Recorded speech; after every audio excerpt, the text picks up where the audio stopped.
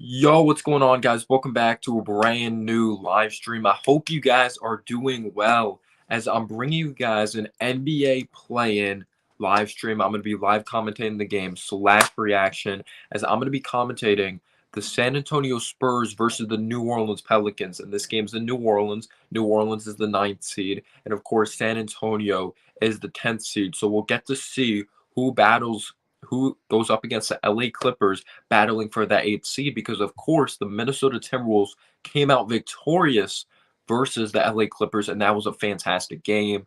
Just them coming back from 10 points in the fourth quarter. The heroics of Patrick Beverley on defense down the stretch. The heroics of an Anthony Edwards, D'Angelo Russell. Karl-Anthony Towns really did struggle getting into foul trouble, and a lot of people were saying this is the Anthony Edwards basketball team now. Like if you're a Minnesota Timberwolves fan, because he's more mentally tough. There's past history of Karl-Anthony Towns actually choking in a playoff series versus Houston or not playing well when they made it to the playoffs with Tom Thibodeau and when they had Jimmy Butler as well. But we'll see what goes on to happen. I really respected what Edwards did, but we're gonna get to see the Spurs go up against Pelicans, and whoever comes out victorious is going to be playing the Clippers for that 8th seed. And you see the Hawks absolutely dominating the Charlotte Hornets. We could talk about that if you want. So the Hawks, they're going to be taking on the Cavs for that 8th seed. But let's get into these comments. I appreciate you guys being here. Big Zev is the first comment. He says, "Yes, sir. What's going on, Big Zev? I hope all is well. I really appreciate you." By the way, Kevin Knox is in the game. Kevin Knox is in the game. There's 153 remaining in the fourth quarter. The Hawks are up 124 to 97, and Kevin Knox is out there. But a sports fan says, "I heard a rumor about the Knicks trading Julius Randle to the Timberwolves for Josh Okogie and Malik Beasley. I honestly wouldn't be mad at that at all. Malik Beasley is a bucket getter. He's from Florida State. You guys know I love my Florida State guys. If it's Dwayne Bacon, Patrick Beverley, Scotty Barnes, they really do produce some solid defenders. But at the end of the day, it is a rumor. You said so. Nothing set in stone. But I actually think that would be a steal because Josh Okogie is a very good defender as well. But Malik Beasley has a pretty big contract, I know. But he's a great scorer. We'll see what happens. Yo, my man Karam's in the house. What's going on, Karam? I hope all is well. By the way, guys, I really do apologize. I was not able to stream this Atlanta Hawks and Hornets game, but you guys are probably happy now because this ended up being a complete domination. And I know it was so funny. Before I started the stream, it literally had 9 or 10 likes already, and I didn't even start the live stream. So many Knicks fans just wanted me to live commentate that game because they were just hoping the Hawks were going to get demolished. But there was just no level of urgency at all from the Charlotte Hornets in this game, and they just don't have the length. They don't have the size to deal with the Atlanta Hawks of Okongwu, Capella. They're not a great defensive team, but they didn't look motivated, which really was disappointing. Gorgie Dang just missed a three. But my man Karam says, good vibes for the Thunder heading into the offseason. Of course, the prayers when it comes to the lottery. And yeah, you guys had an underrated great draft class. Of course, Josh Giddey, Trey Mann, Aaron Wiggins, who looks like a freaking steal towards the later end of that draft, who was contributing. But yeah, it's gonna be fun to watch. Giddey and of course Shea Gilgeous-Alexander. And I know you're aiming for that center, right? But obviously for the Thunder, you probably go best player available. But I have a question for you, Krom. If Jaden Ivey's there, do you take him or no? Because it'd be such a weird fit. A sports fan says, I can't wait until the playoffs. I'll be watching the Grizzlies.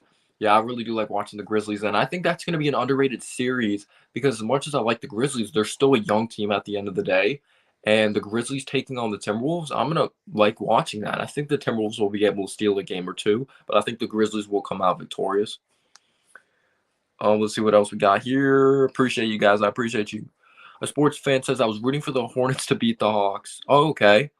Wait, a sports fan. Are you a Knicks fan? What is your team? So I know there's a lot of. I didn't mean to put that up there. What is your team? I'm just like gonna set up the score here. But who do you guys got in the Spurs and Pelicans game?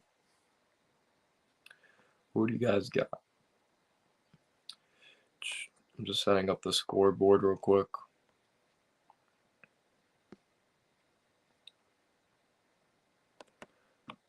Sorry if I made some noise. Okay.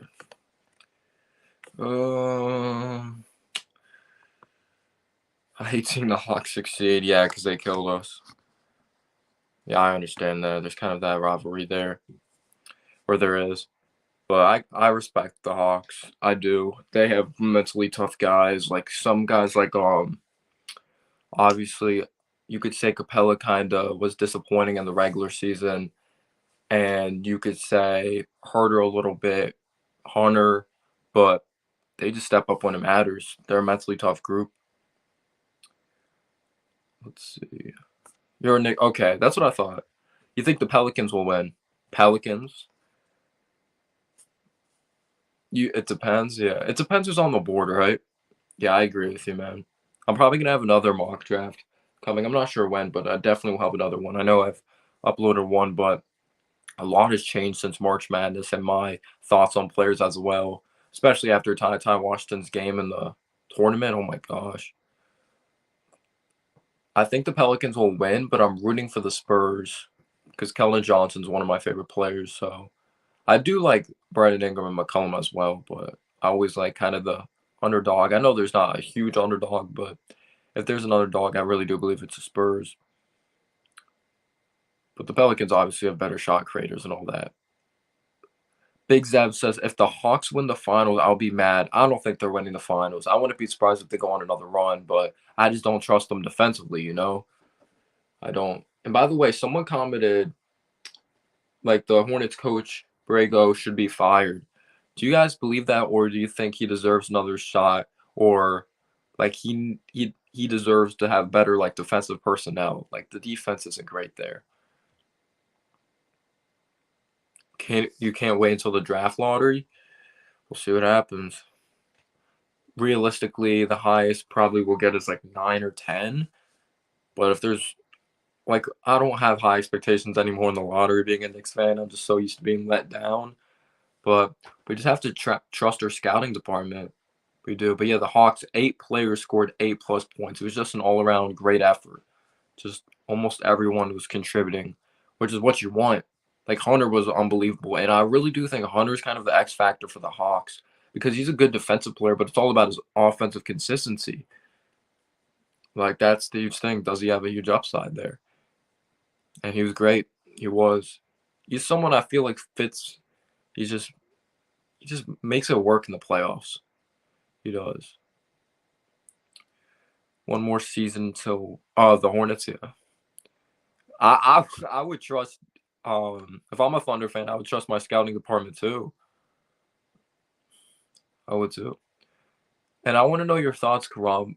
What are like true thoughts? Like putting your Thunder bias to aside, Thunder fan bias to aside. Do you think Alexis will be that? Some people think he's going to be a future star. Do you think he'll be a good player, or do you think it's too early to say? But what are your thoughts so far on his development? We need a top 10 pick. Well, we're projected 12 right now. We have the 12 highest odds. Um, can someone be a Knicks fan and a Nets fan? That would just make no sense. But yeah, Pokuševski. Um, but yeah, that just makes no sense to me. Yo, what's going on, buzzer beater? Some like Knicks and a Nets fan. That's why. I never understood people that have more than one team. I never really understood that at all. I could only be a Knicks fan. You could have a team to root for in the playoffs, but like that being your favorite team, no. I never understood people that they're like I like the Warriors, I like the Grizzlies, I like Lakers, I like all these teams. Or most of the time when they're a two-teamer, it's like the highest marketed teams.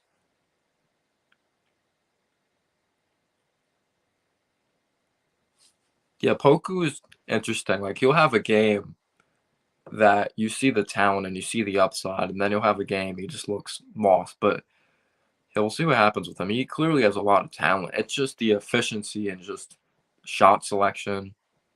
But obviously his passing, like he's unique. He really is.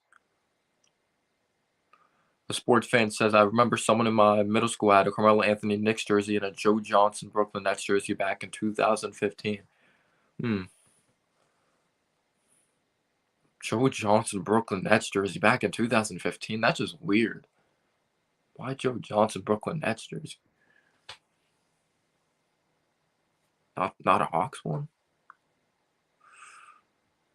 That was even like his prime days. That's interesting. That is interesting. But that's back when when we had Carmelo, we had Shumpert and all that. That's when we used to laugh at the Nets because they made that trade for old ass Kevin Garnett, Terry, giving up all their future draft capital. And obviously they own us now. But that's back when they were a huge embarrassment. But obviously they had a different GM back then. They didn't have Sean Marks. But obviously DeJounte Murray has been one of the most underrated players in basketball this year. Most improved player candidate. And I feel like he's one of the best defenders in the league, or he is one of the best defenders in the league. And I'm excited to see what he's going to do tonight.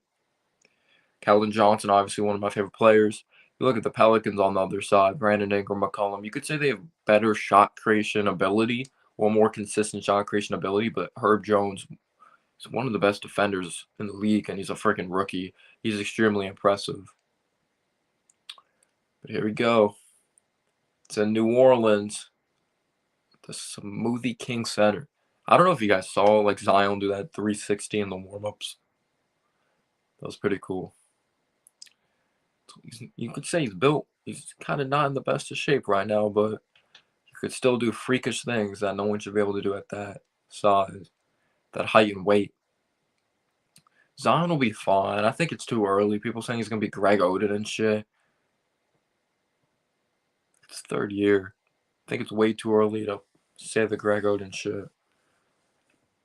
But obviously, if he doesn't have the drive and if he doesn't have the work ethic to get into shape, he could be. But obviously, in this game, whoever comes out victorious of the Spurs and Pelicans, obviously the losers eliminated and completely out of it. So the Hornets are completely out of it, obviously losing to the Hawks. But either New Orleans or San Antonio is going to be taking on the LA Clippers.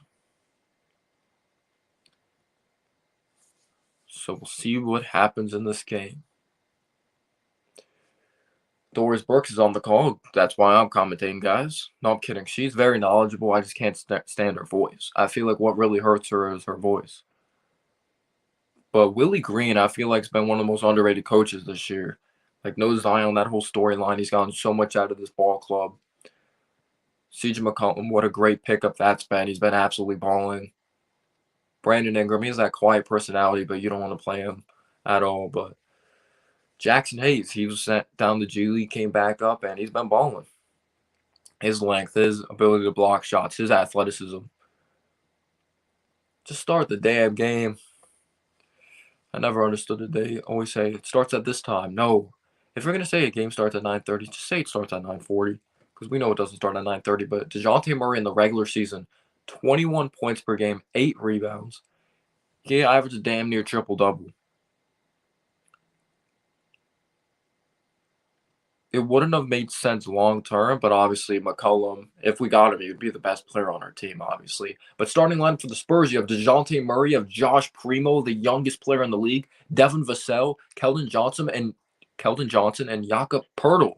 And for the New Orleans Pelicans, you have CJ McCollum, Brandon Ingram, Herb Jones, fantastic defender, Jackson Hayes, and Jonas Valanciunas. So they're going extremely big here.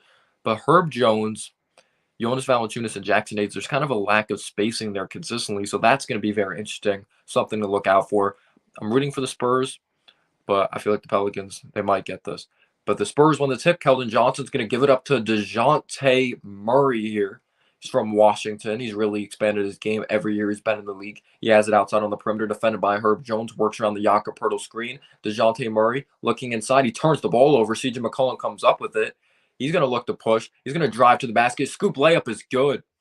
So the Pelicans right out the gate, 2-0. Start of the first quarter, you have Josh Primo from Alabama, the youngest player in the league. He's 19 years old, I believe. He was drafted at 18 years old. Keldon Johnson gets the defensive collapse, kicks out. Devin Vassell, top of the key, 3-ball. Devin Vassell is someone I really wanted out of college. I thought he was one hell of a prospect, a very solid 3-and-D player. It's 3-2 San Antonio. Brandon Ingram has it, defended by DeJounte, picks up his dribble, nearly turns the ball over, and it's going to be a loose ball foul. and it's going to be on the San Antonio Spurs. But Devin Vassell out of Florida State, another Florida State player.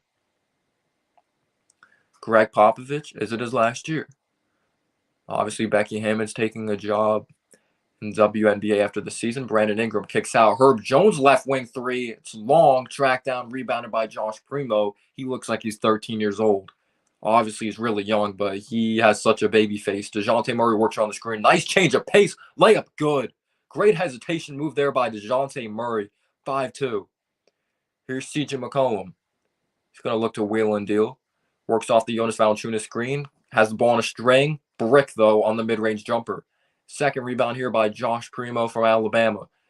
He's going to hand it off here to DeJounte Murray. He's going to work around the Pirtle screen. A double screen here. He catches Herb Jones on his hip. He's going to kick out Primo. Primo attacks. Stops on a dime. Kicks out Devin Vassell. He's looking for a second three of the game, and it's good.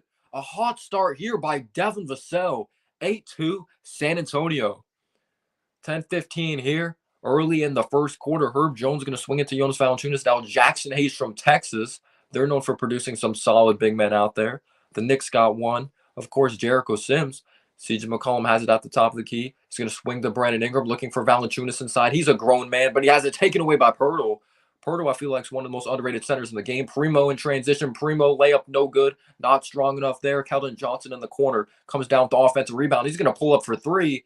Kind of a rush shot there as it's a brick. 8-2. There's plenty of time on the shot clock. Don't like that shot by the San Antonio Spurs. But Brandon Ingram, he's probing around, pull up mid-range jumper, short. Brandon Ingram offensive rebound, which is going to be fouled by Pirtle. But obviously, I understand getting McCollum maybe would have kind of stunted the development of RJ. And I obviously wasn't on the wagon of getting McCollum because his contract, I didn't think we were one piece away. But I understand the Pelicans' outlook. You want to keep Zion happy. It seems like he's unhappy. You have Ingram there. You have McCollum. And if Zion just comes back healthy, they have a solid squad over there. As Brandon Ingram knocks down the free throw after the loose ball foul. Or the foul. But, yo, what's going on, Bray Pan? I hope you're doing well. What's good? No, it's been a while. I appreciate you being here, man. Second free throw here by Brandon Ingram. He, shoots at his eye here. Has a high set point. 8-4 San Antonio. They're showing Zion Williamson. But Brandon Ingram out of Duke, he got Kevin Durant comparisons. DeJounte Murray down the lane using his length, but he leaves the layup short. 8-4 San Antonio. But here's the Pelicans. Brandon Ingram puts it between his legs, set up crossover, looking to work up against the rookie Josh Primo. Elevates, pull up mid-range jumpers, good. What a great setup cross by Brandon Ingram, elevating over the 19-year-old rookie. DeJounte Murray kicks out Devin Vassell. He's off to a great start from downtown. Devin Vassell pump fakes, finds Primo. Great change of direction. Primo gets a back floater in the lane. No good as he does not get the friendly roll there as it rolls off the rim. It was a pretty nice move as he found a shot, but it just didn't go in. As McCollum nearly turns the ball over. Tapped by Pirtle. McCollum's going to have it way outside on the perimeter. 8-6 San Antonio. McCollum's bumped. No foul call. Swing to Herb Jones. He's an athletic freak of nature. Hands it off to Jonas Valanciunas inside. It's nearly poked away by Keldon Johnson. One on the shot clock. Jonas Valanciunas pull up mid-range jumper, and he is fouled. Damn. As the Spurs bailed out the Pelicans there after a great defensive possession. As Keldon Johnson is down on his knees. Hopefully he's all right. Let's see what else we got here. Sports fan says, I did not want CJ because the Knicks were not like the 2019 Suns where they needed one old point guard to compete. Well, McCollum's not a point guard, but I think I know what you mean.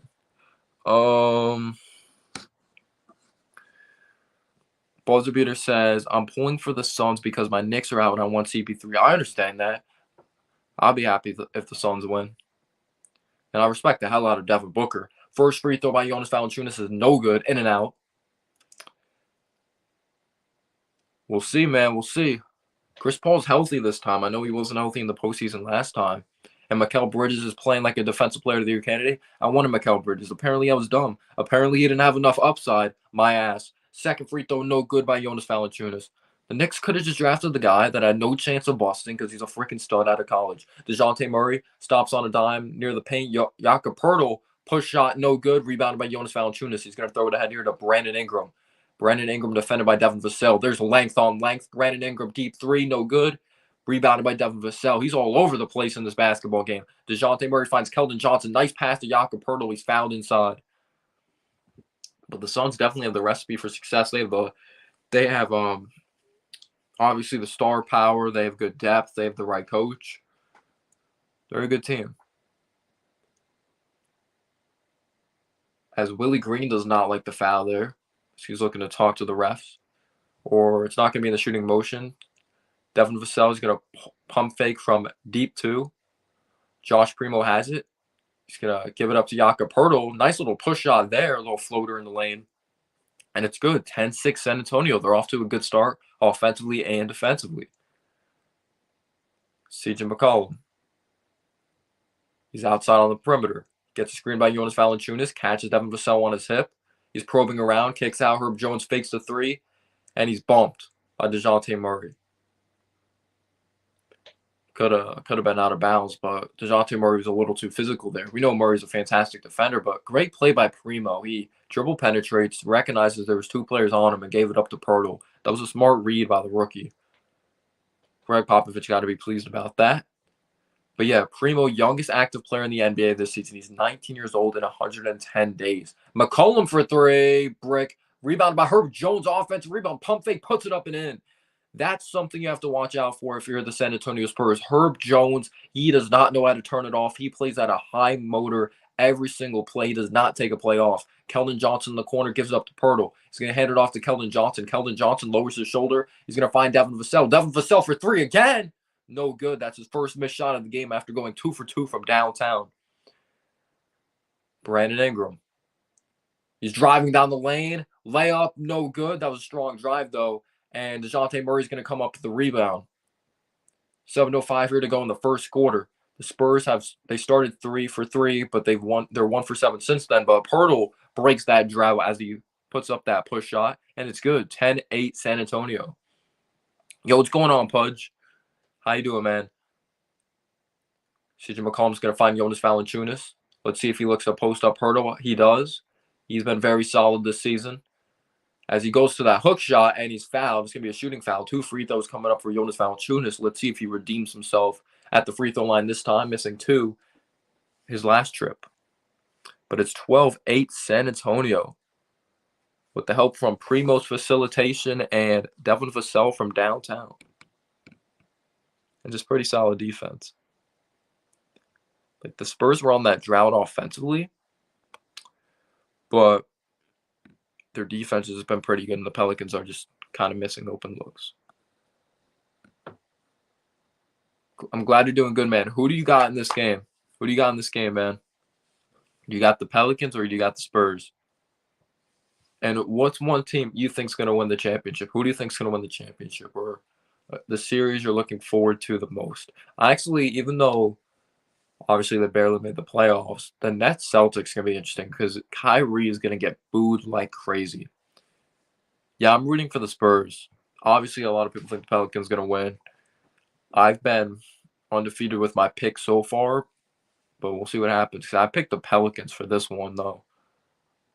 But if you haven't already, smash that like button. And if you know anyone that loves basketball, share the link, share the channel, have them check out the live stream, have them check out the videos. Suns versus Bucks Part 2. I actually wouldn't be surprised if that happens at all because the Bucks are the only team I'm really sold on in the Eastern Conference, if I'm being real with you guys. Or the Bucks, I believe I said the Bucks, are the only team I believe in the Eastern Conference. I always root for the Nets to lose. It's so funny. I used to not hate the Nets as much, but now with all the drama, the fans, like we run New York and all that, like I don't know, it's just a different level of hate. I didn't hate them as much when they had Paul Pierce, Joe Johnson, Darren Williams, old ass Jason Terry and all that, but it's just different now. But I'll say this, I do have a message to some Knicks fans. Yes, we'll always run New York when it comes to loyalty of New York Knicks fans, and obviously they weren't always they're not originally from New Jersey. The Nets, they were actually in New York before. If it was in the ABA or from the very beginning, they actually were located or found in Brooklyn, but they were called New York and then New Jersey. You know, the whole thing that happened. They only had to stay in New Jersey because of something financially or something like that. But yes, the Knicks will always run New York as a true New York basketball team. Or when you think of a New York basketball team, you think of the Knicks. But I'm going to say this right now. What kind of accomplishment is it that we run New York by a fandom standpoint? I want to run New York by winning. I don't like, yes, I love our fan base, but like some Knicks fans think it's just an accomplishment. Oh, we run New York because we have more loyal fans. I want to run New York by freaking winning basketball games like on a consistent basis. That's just me though. It's a blessing and a curse having a big market basketball team. Bucks versus Nuggets finals? Wow. Holy shit. That would be crazy.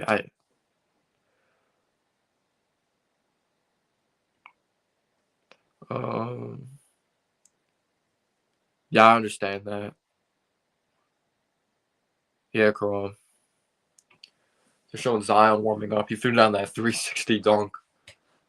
I feel like his weight is kind of blown out of proportion. I think Zion will be fine. He's not the next Craig Oden. Kevin Durant can't handle the bright lights of New York City, so that is why he went to the Nets. Yes, and the Knicks at the time, you can still kind of say it's your opinion, but also at the point, if we're being realistic, why would Kevin Durant and Kyrie want to come here? Like we were extremely dysfunctional, or even more dysfunctional at that point. There was no signs of a winning culture at all. The first free throw was good by Jonas Valanciunas. It's 12-9. You think he's going to be a freaking Michael Jordan if the way you're talking about him, like they're going to the finals. He's been amazing, though. Don't get me wrong. Offensive rebound after Jonas Valanciunas' second missed free throw. Brandon Ingram drives down the lane, and he throws it down on Zach Collins. Holy shit. What a poster by Brandon Ingram. Damn, what a dunk. Brandon Ingram just posterized Collins. DeJounte Murray probing around, kicks out Collins. He's going to swing it in the corner. Devin Vassell looks to answer. 3-ball short. 2 for 2 to start off from downtown. 0 for 2 since then. Brandon Ingram looking to back down here. Brandon Ingram, fadeaway jumper on, I believe that's Diop. I believe that's Diop out there on the floor. DeJounte Murray puts it between his legs behind the back. Pull up 3-ball. No good. It's kind of the Achilles heel in this game. Needs to become a little more. That's Richardson. No, that's Richardson out there. I don't know why I thought that was Diop. Keita beats. Brandon Ingram has it outside on the perimeter. He works around the screen. Brandon Ingram down the lane. Euro step. Layup good. Brandon Ingram's looking to take over this game as the Pelicans take the lead 13-12. Greg Popovich wants a timeout. We'll see what happens, a sports fan. If I'm Zion, I'm not leaving. I would be happy right now. Because you have Brandon Ingram and McCollum now. Like, if I'm Zion, I'm staying. We shall see, though. We shall see.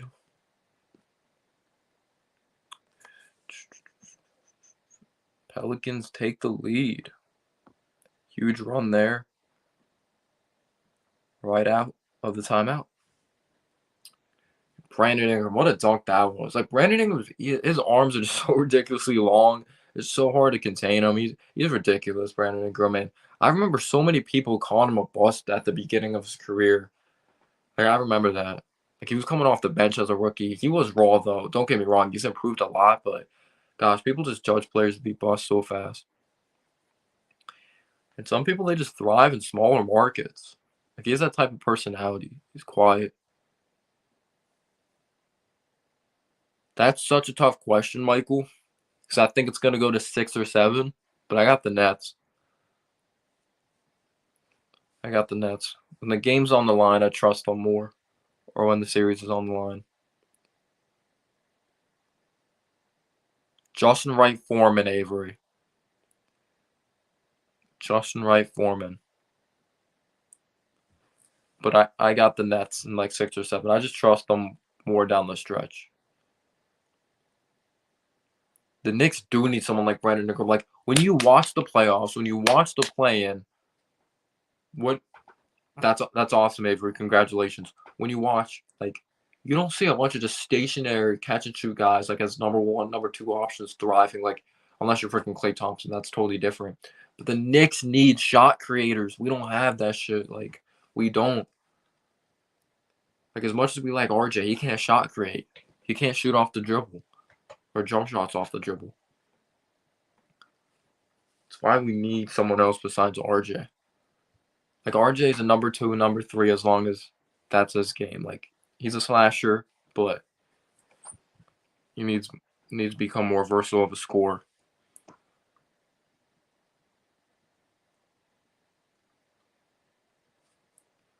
But Pelicans going on a run here. Let's see if the Spurs answer. We know Greg Popovich does a good job scheming things up. Maybe try to be more physical with Ingram and take him out of the game that way. Obviously, he's still going to be able to get his, but you got to be physical with a guy like Brandon Ingram.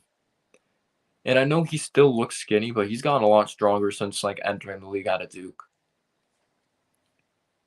But if you haven't already smashed the like button, I really appreciate you guys being here. I'm so excited. I got a half day tomorrow at school, and then I have freaking spring break.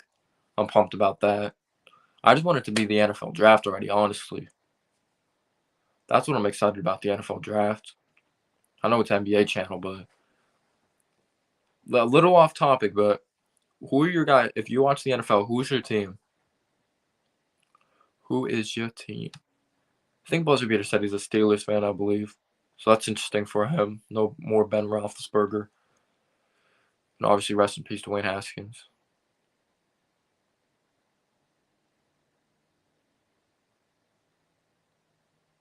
Unfortunately, the Cowboys. Unfortunately, I'm a Giants fan. Yeah, I'm watching the game on the TV. As Trey Jones is in the game. Josh Richardson probing around, pull up mid-range jumper, no good, tapped. I don't believe in Collins. I think Collins isn't that good. I would just do anything in my power not to play Collins personally. Brandon Ingram has it. He's going to get screened by Valanciunas. Brandon Ingram picks up his dribble, finds McCollum. McCollum down the lane, left-handed layup, good. They just broke down the defense so easily there. Oh, you're a Niners fan. That's interesting. I have a friend that's a Niners fan. Quarterback position is interesting right now. Keldon Johnson on the left wing. He is very quiet. He has 0 points. Zach Collins hands off to Keldon Johnson. Keldon Johnson pump fakes. Finds Collins back to Keldon. Keldon floater in the lane. Short. Yeah, he's only attempted like 1 or 2 shots. He's been pretty quiet. Offensively, at least. The Pelicans are on a 7-0 run in the last 2 minutes and 20 seconds. Jonas Valanciunas, he's facing up Collins. Valanciunas is going to find Jackson Hayes. Now McCollum. McCollum pump fakes from mid-range territory, but then he lowers his shoulder and is called for an offensive foul. The person who I think is my...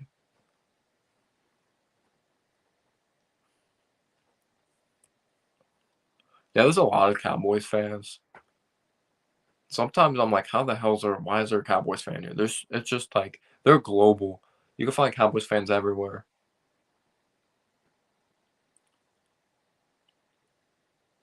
Here is Trey Jones from Duke. Obviously, on the other side is his teammate, Zion Williamson, or his former teammate at Duke. Here's Lonnie Walker. I really liked him coming out of Miami. An athletic freaking nature. He's expanded his offensive game. Keldon Johnson floated in the lane, muscling inside. Only hits the backboard. Keldon Johnson looks a little rattled and nervous here in this game. Larry Nance Jr. is in the game. He's a high flyer, just like his dad. Brandon Ingram works off the screen. Brandon Ingram catches Keldon Johnson on his hip. Nice up fake there, and he draws a foul. What a great, disciplined, patient move by Brandon Ingram, as he's going to get rewarded with 2 free throws. Oh, there's tons of Celtics fans, man. Tons of Celtics fans. But Brandon Ingram does a great job playing at the right pace, slowing it down, gets past Keldon Johnson. He sees Collins inside, and he just has such great patience, uses that up fake and draws the foul. And Brandon Ingram, he's really taken over this game. This isn't a high-scoring game. It's 15-12 with like 4 minutes left, 3 minutes, 47 seconds left. Brandon Ingram, first free throw is long. You never know when Brandon Ingram is rattled, because he's someone that just has a very even keel look. He's very even keel, which is great to have. Never too high, never too low. Second free throw is good by Keldon Johnson. 16-12 New Orleans. Fred Vinson, Pelicans assistant coach. He does a great job helping players with their jump shot. Keldon Johnson kicks out Josh Richardson. was with the Celtics, but then, of course, was a part of a trade. Kellen Johnson gives it up to Lonnie Walker. Lonnie Walker puts it between his legs. Lonnie Walker, high elevation on that jump shot. He knocks it down. But obviously, Derek White is now a member of the Boston Celtics. Not a great three-point shooter, but he's been doing the dirty work for the Celtics. Now, Devontae Graham's in the game. He's a very hot or cold type of player. And Trey Murphy's out there, who I think is an underrated rookie. He really bursted onto the scene at the end. Brandon Ingram, long two. It's too long there. Lonnie Walker in transition. The three is no good. Rebounded by Devontae Graham from Kansas. Trey Murphy here in transition. Gives it up to Graham. Graham, three. No good. And Trey Murphy nearly got the offensive rebound, and it's going to be out on the Spurs, actually. So it's going to remain Pelicans basketball. Lonnie Walker has a crazy story, of course, about his hair. Went through a lot of adversity when he was younger. Came in the league with a lot of hair. Went on to cut it. But the Spurs always draft these high-character individuals. Brandon Ingram catches it right off the inbound. He got a mismatch of Collins on him. He looks to elevate over him, and he just knocks it down. That looked way, way too easy. And it shouldn't look that easy because Collins is like a 7-footer. 18 of 14 New Orleans. Brandon Ingram has 11 points on 4 of 9 shooting. Trey Jones going to give it up to Lonnie Walker. Now finds Collins. Collins nearly loses it. He's going to look to back down Larry Nance Jr. Collins, nice. That was a nice move there. Nice up fake. And he got Larry Nance up in the air. And nice sweeping hook. It went in. 18-16 New Orleans. Might just be me, but Collins has a punchable face. Brandon Ingram gives it up to Devontae Graham. Back to Ingram. Ingram puts it between his legs. Pump faking from mid-range territory. Great pass to Trey Murphy. Trey Murphy looked to jam it, but then he adjusted himself mid-air. Just the hang time there, and he finishes it over traffic. What a finish by Trey Murphy, showing his athleticism there. Wow. That was fantastic. It looked like Brandon Ingram, by the way, great pass, but he looked to jam it on Collins. The adjustment in the air. That was just an amazing finish by Trey Murphy. Yup, his dad was just a freak athlete. Here's Lonnie Walker. He's going to swing it to Josh Richardson. Now DeJounte Murray. DeJounte Murray puts between his legs. No defense at the rim, but I thought he made it too difficult on himself there. Like, he had a lane, but he hesitated. But he's going to get rewarded with 2 free throws drawing the contact. But Trey Murphy is definitely someone that burst onto the scene later in his collegiate career. Transferred. Went to like a smaller college at the beginning. First free throw here for DeJounte Murray. It's up and good. Pure. 20-17. New Orleans. Second free throw here by DeJounte Murray. It's good. 20-18 New Orleans. 1:41 here to go in the first quarter. CJ McCollum. Just talking about someone who bursted onto the scenes at the end of his college career. Crazy growth spurt. Larry Nance Jr.'s hook shot, no good. Rebounded by Josh Richardson. Didn't even hit the rim. Good defense. Josh Richardson's going to give it up to DeJounte Murray. He's outside on the perimeter, defended by Devontae Graham. I would look to post him up. Try to put him in that position. He has the height advantage. Josh Richardson, 3, brick. And it's offensive rebounded by Collins, and he puts it up and in. No foul is called as he hits the deck. It's 20-20. CJ McCollum here, dribbling between his legs. Gets screened by Marshall. McCollum drives down the lane. Nice strong drive, and the layup is good. They're letting them play. 22-20. DeJounte Murray behind his back. Brings it outside of the perimeter, defended by Marshall. He's a solid defender. Now Collins, he's going to look to post up once again. And he's McCollum on him, I understand it. And McCollum knocks the ball out from Collins, making him feel uncomfortable. Guess someone said they're a Niners fan. What's going on, Anthony? Zion just not in basketball shape right now. Obviously, he came off that surgery, but right now he's not in shape. Now Richardson, pull-up mid-range jumper is good. That looks smooth after faking the 3-ball. 22-22. CJ McCollum, nice change of direction. Floater in the lane is no good. Nearly went in and out. He's going to get rewarded with 2 free throws, though, drawing the contact. Yo, what's going on, MH? We love the Niners around these parts. Thank you. I appreciate it, Anthony. I really do appreciate it. McCollum, since joining New Orleans, he's shooting 49% from the field and 40% from 3. McCollum, first free throw, good. It's been a great pickup. Trading for him. 29 seconds remaining here in the first quarter. McCollum was fouled on the drive. Second free throw by McCollum is good, 24-22. There's like a 5-second differential on the shot clock, game clock. DeJounte Murray crossing the timeline here. He's done a good job dribble penetrating. He's going to look to wind down the clock now. 8 seconds on the shot clock. He's going to get screened by Lonnie. 5 seconds. He's up against Trey Murphy. Or no, that's Herb Jones. DeJounte Murray elevates mid-range jumper, no good. And Marshall comes down with the rebound. 3, 2. Marshall gives it up to Herb Jones, and he beats the buzzer. So Marshall took it coast to coast. Last second, 1 second left. He dumped it off to Herb Jones. The reverse layup. He beat the buzzer. Nice finish and great pass by Marshall. And good job by Herb Jones utilizing that extra dribble. So it's 26-22. Pelicans.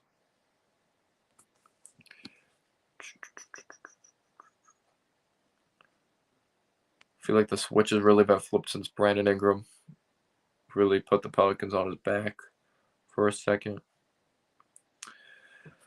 Well, McCollum started at point guard. I guess just from a talent standpoint, they did that.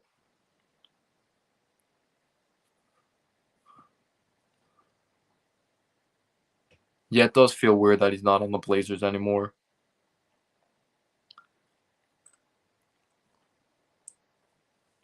What's going on, Kareem? How you doing, man? He says, what's good, Noah? How you doing, Kareem? I hope all is well, man. I hope all is well. Anyone that just tuned in, who do you guys got in this game? I'm rooting for the Spurs, but I think the Pelicans got it. Though.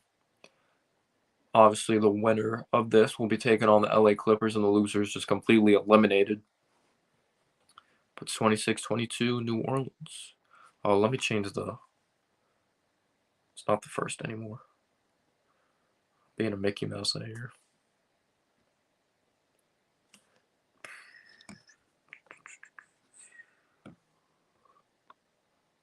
Alright.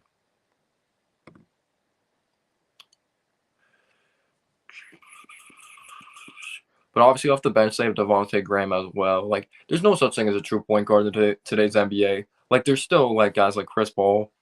But the league has just expanded, and it's just different.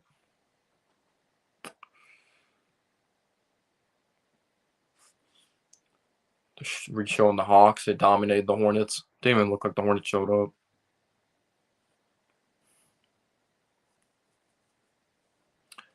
It didn't even seem like they didn't even try. Trae Young didn't even like have the most efficient game. Like, he got off to a really bad start, but the best players, when they're off, they recognize when they're off. They get other players involved, and he didn't shrink mentally at all. He's a mentally tough player.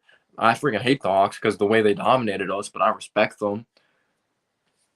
Guys like Herter struggled in the regular season or didn't play up to par. Hunter, Capella, but they freaking stepped up in a huge game when it mattered. Got to be able to do that. They're mentally tough. We could be frustrated with the Hawks if you're a Sixers and Knicks fan, but they're a mentally tough group. You definitely got to give them credit there. Definitely do. But yeah, guys, I really appreciate y'all tuning in. I really do appreciate it. I know I've got my man Anthony in here as a Sixers fan. He's just praying that freaking DeAndre Jordan doesn't play. Yeah, he's frustrating, man. He's a villain. He's a villain, and he likes being the villain. But what's going on, Jay? Though, how you doing, man? But this game is nice as shit. Trae Young's so good. Gosh, let's be real. I would freaking love to have a player like Trae Young. He's unbelievable. I think we all would be happy. But Cassidy Hubbard, gosh, you fine. She's interviewing Greg Popovich. You got me like started out here. All right. Oh, I think that's Jose Alvarado out there. He was actually undrafted, but then they actually ended up extending him. He's a sneaky defender. Like he's a competitor. McCollum's gonna find Larry Nance Jr., but he loses the ball out of bounds. He had an opportunity for a little floater push shot, but he lost it. Yeah, he does stutter on his words a lot. Someone said he sounds like Mike Tyson, but that's kind of disrespectful, not gonna lie. Josh Richardson, he's gonna swing it to Collins, defended by Larry Nance Jr. Now Keldon Johnson. Let's see if he gets going, because he struggled. Keldon Johnson kicks out Lonnie Walker three, puts it in. Lonnie Walker from downtown. Jeez, does he have high elevation on that jump shot. 26-25. Me too, Kareem. McCollum pull up mid-range jumper, good. He's just so smooth though. It's so effortless for him. He's someone that just worked his whole life at his craft. Like obviously everyone has, but he's someone he couldn't really rely on God-given athleticism or talent because he was kind of like undersized his whole life. Keldon Johnson layup no good. Or that might have been Murray. That was Murray. Keldon's not out there. All right, pull up mid-range jumper once again by McCollum is good. We're kind of a deep two. So back-to-back jumpers by McCollum, 30-25. Zion Williamson's on his feet. He's like, F New York. It looks like we have a better squad over here. Josh Richardson probing around, pull up mid-range jumper on Jose Alvarado's no good. Alvarado was like wagging his finger like, no, no, no, to Kemba Mutombo. CJ McCollum, he pulls up for three. That was a brick. But he gets fouled at the three-point line. Oh, that's a big mistake. Let me get my water. Hold up.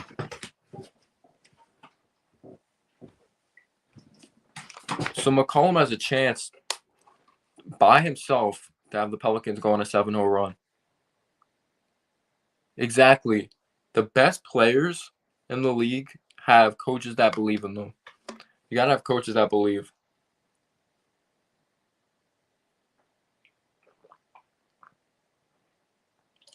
First free throw by McCollum is good. I don't think Zion's coming to the Knicks because Pelicans look like a future contender. Yeah. Getting McCollum really changed a lot. Really changed a lot.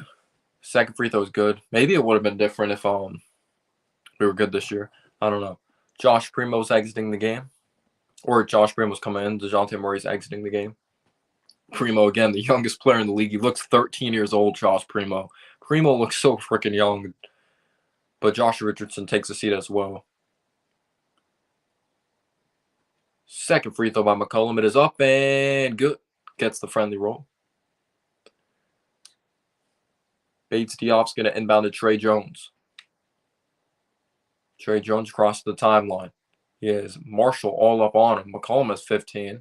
And Brandon Ingram having a good game as well, of course. Here's Josh Primo outside on the perimeter. He's going to swing it to Lonnie Walker with one hand. Lonnie Walker fakes off the screen. Lonnie Walker down the lane. Layup is good. What a strong game so far from Lonnie Walker off the bench. He has 2 threes, strong drive to the basket. He's a likable human. He's an athletic freak of nature. He's really elevated his game. Jose Alvarado kicks out here to CJ McCollum. He's defended by Primo. Alvarado fakes the three. He's going to find Marshall inside. Marshall with a nice pump fake. He's going to kick out Alvarado. 3 seconds on the shot clock. 3 is good. The undrafted rookie who's fearless knocks it down.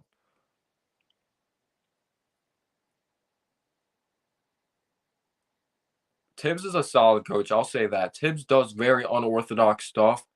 As Lonnie Walker nails a deep 2, he has 9. He just like someone made a good point. He wants to win his way. He's not willing to do McCollum with another mid-range jumper. He's not willing to really experiment a bunch of things to really figure out how to win the big thing. He's just stuck in his old ways. That's the problem with Tibbs. Trey Jones has it. But obviously he's not the guy here long term. Trey Jones floater in the lane there's a foul on the floor. The shot won't count.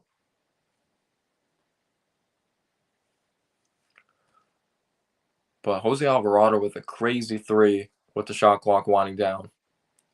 He's been a fan favorite for the Pelicans. For the Pels.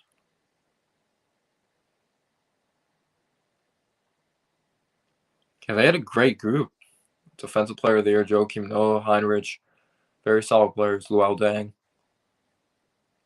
Primo's going to inbound. Going to find Trey Jones. 8:57 here to go in the second quarter. Trey Jones swings it to Keldon Johnson. He's looking for his first points of the game. Jakob Poeltl with the hook shot. Didn't like that shot. I thought it was rushed. No good. Rebounded by the Pelicans. 38-29. They got to get a stop here, the Spurs. Marshall swings to Alvarado. Extra pass. Trey Murphy, 3. No good. Rebounded by Poeltl. Lonnie Walker has it from Miami. Ooh, spin move coming off the screen. Lonnie Walker. Nice pass to Poeltl. And he looks to lay it up and in, but he draws the foul. So Lonnie Walker's not just scoring, he's playmaking out here.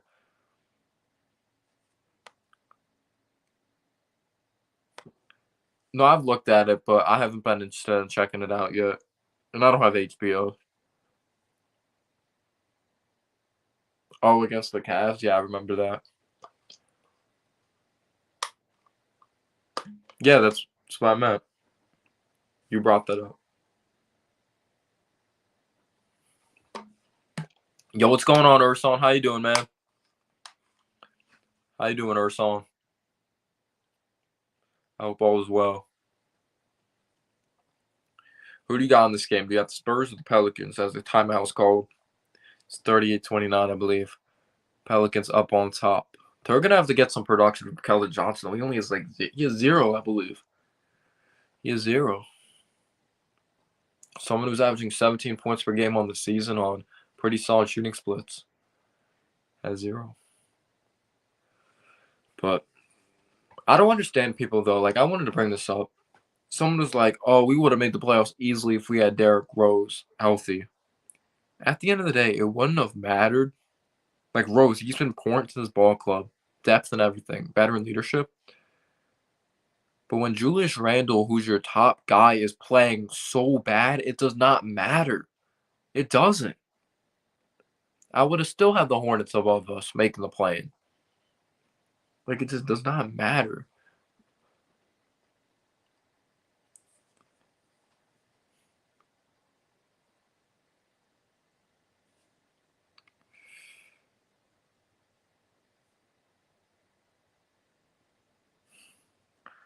I'm soft now, MH. Soft now. Disappointed. I need to see my dream playoffs of Spurs versus Rockets, Alperen Şengün versus Keldon Johnson.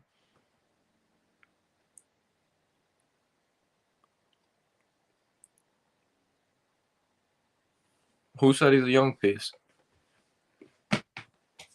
Who said he's a young piece?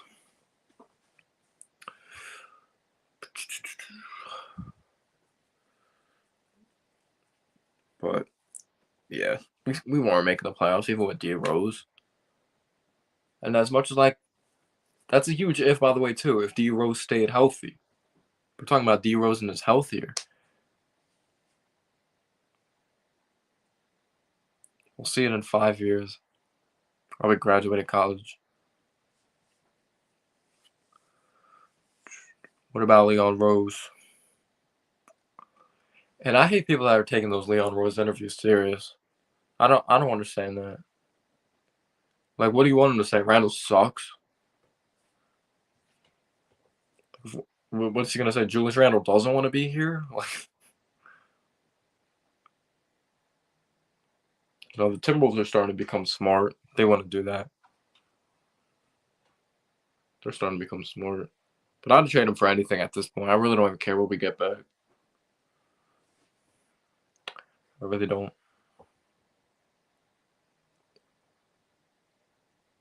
But McCollum, Brandon Ingram put it on a show. That was a nice hustle play by Herb Jones. He's a player that is all over the place. And Brandon Ingram throwing it down on Zach Collins. Like, people didn't want to hear me. Zach Collins isn't good. I remember making a video like his rookie year. I was like, I didn't believe in this dude out of Gonzaga.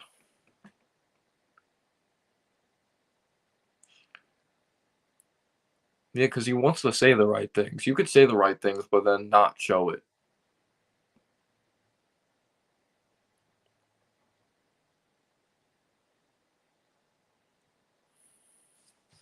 First free throw here for Jakob Poeltl. First free throw is good. He was actually selected with the Raptors pick. We traded for Andre Bargnani. He resulted in that draft pick for the Raptors. Originally drafted by them. Second free throw by Jakob Poeltl is up and no good. Too strong off the back iron. It's an 8-point game. 38-30 New Orleans. Here's Jose Alvarado. He's going to get screened by Valanciunas. He's going to give it up to Valanciunas. He's going to look to hand it off. He finally finds someone. He finds Ingram. Ingram, difficult follow-away mid-range shot is good. Brandon Ingram is unconscious right now. He cannot be touched. Lonnie Walker across the timeline, gives it up to Jakob Poeltl.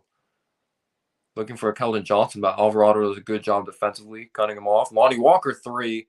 Rare miss. I believe that's the first miss of the game, or maybe a second miss. He's been on fire. Spurs need to get a stop here defensively. It's a 10-point game, 40-30. Brandon Ingram kicks out to Valanciunas. Now Ingram in the post, and no, it's going to be an offensive foul. They're saying he pushed off Trey Jones there, pushed off on him. Yeah, we can want him all we want, but he ain't leaving.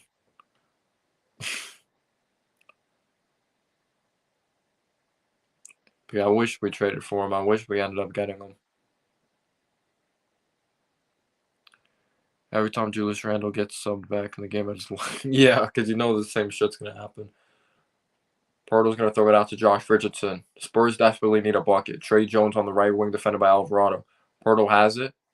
He's going to look to hand it off to Devin Vassell. Good ball denial, but Devin Vassell gets it, puts up a 3. It's long. After making the first 2 3 balls, he's missed like 3 or 4 in a row. Keldon Johnson kicks out Devin Vassell. Another 3. It is good. Devin Vassell redeems himself. 9 points here for Devin Vassell, knocking down 3 triples. You guys know I love the 3-and-D guys. 7:03 here in the second quarter. Jose Alvarado, I believe, is Puerto Rican, so shout out to the Puerto Ricans out there. Brandon Ingram, defended by Keldon Johnson. He can't do much offensively, so let's see what he does defensively. He's rocking the double socks, I think. Brandon Ingram swings it to Alvarado. 2 seconds on the shot clock. Pull up deep 2. Alvarado's shot, no good. Tracked down and rebounded by Devin Vassell. Devin Vassell here in transition. Nice crossover. Kicks out Jones. Jones 3, sets his feet. It's good. As it's 40-36. 4-point game. Let's see if the Spurs get a stop here defensively. Trey Jones is solid.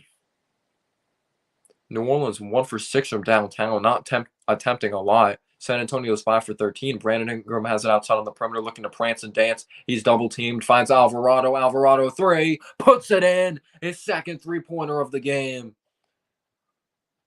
He plays with a lot of confidence. He doesn't play like an undrafted product. Devin Vassell gives up to Poeltl, back to Devin Vassell. Devin Vassell, dribble penetrating, kicks out Jones. Jones finds Poeltl inside. Poeltl kicks out. Devin Vassell 3 again. Devin Vassell from downtown, 12 points. Devin Vassell having himself a game from the outside. Smooth-looking jumper. Jonas Valanciunas looking to face up Poeltl. It's nearly a jump ball. Alvarado has it inside. Layup, no good. Offensive rebound. Valanciunas, he lays it up and in. The Spurs do a poor job boxing out.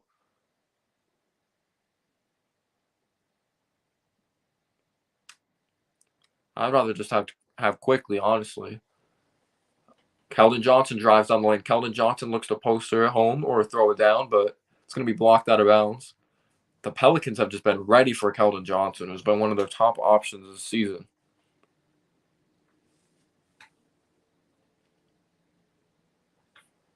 But and the Knicks fans in here, have you guys accepted, like, let's just start quickly next year. Let's experiment with that because there's not many options out there, and it'll be the cheapest approach.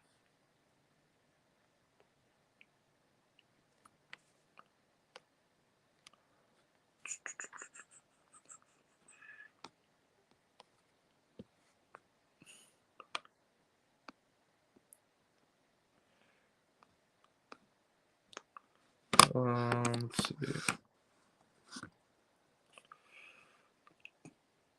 I wouldn't be surprised. There's like nobody wants him, it feels like. Or who would want someone with that attitude? And it feels like once someone has that type of year like he had with that play style, it's going to be hard to change his role with another team and try to really explain to him that Yeah, you're going to have to change your rule. Or get him to change that rule. Or get to him. Yeah, I would just start quickly. I would too. I think he's on a rookie contract. We're going with the youth movement. He has great chemistry with Obi. We'll see if Randall's back, though. Because I'm not going to like Quickly and Randall. I wouldn't like that on the court together. I would like Quickly and Obi together, though. A sports fan says the Morris twins have bad attitudes and Clippers and EF. Yeah, they're just crazy competitors. They are. They are crazy, man. I actually liked Marcus Morris with the Knicks, so I know we only won like 17 games when we had Marcus Morris, but it was just beautiful when we beat the Mavericks twice. Like that was really cool. Like we only won 17 games, but we swept the Mavericks. And Marcus Morris is actually pretty damn good with us.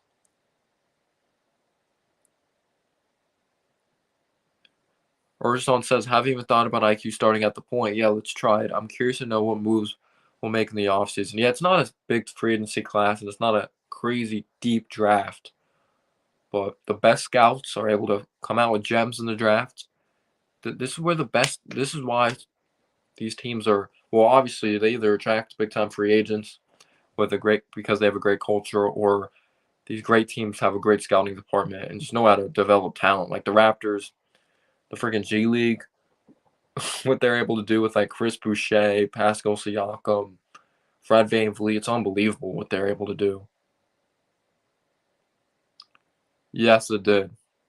It did, Urson. Yes, it did.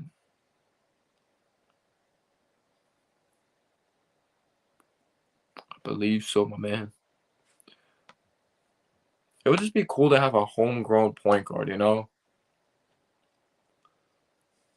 Because that's just what sometimes makes teams attractive as destinations. Oh, they develop their guys. Like, they care about their players, you know? But Greg Popovich is 73 years old. It's his 26th season. He's played 2,045 games, 1,344 games. They're comparing him to Willie Green. Devin Vassell, 3 off the inbound, but there's a foul away from the ball. But Willie Green's young. It's his first year coaching. He's done an unbelievable job, I really think, with the Pelicans. I've liked what he's done. Because I didn't know how he was going to do at all.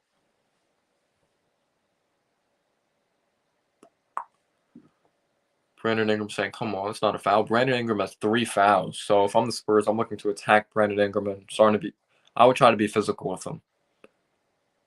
So Brandon Ingram's going to take a C and Trey Murphy's going to come in.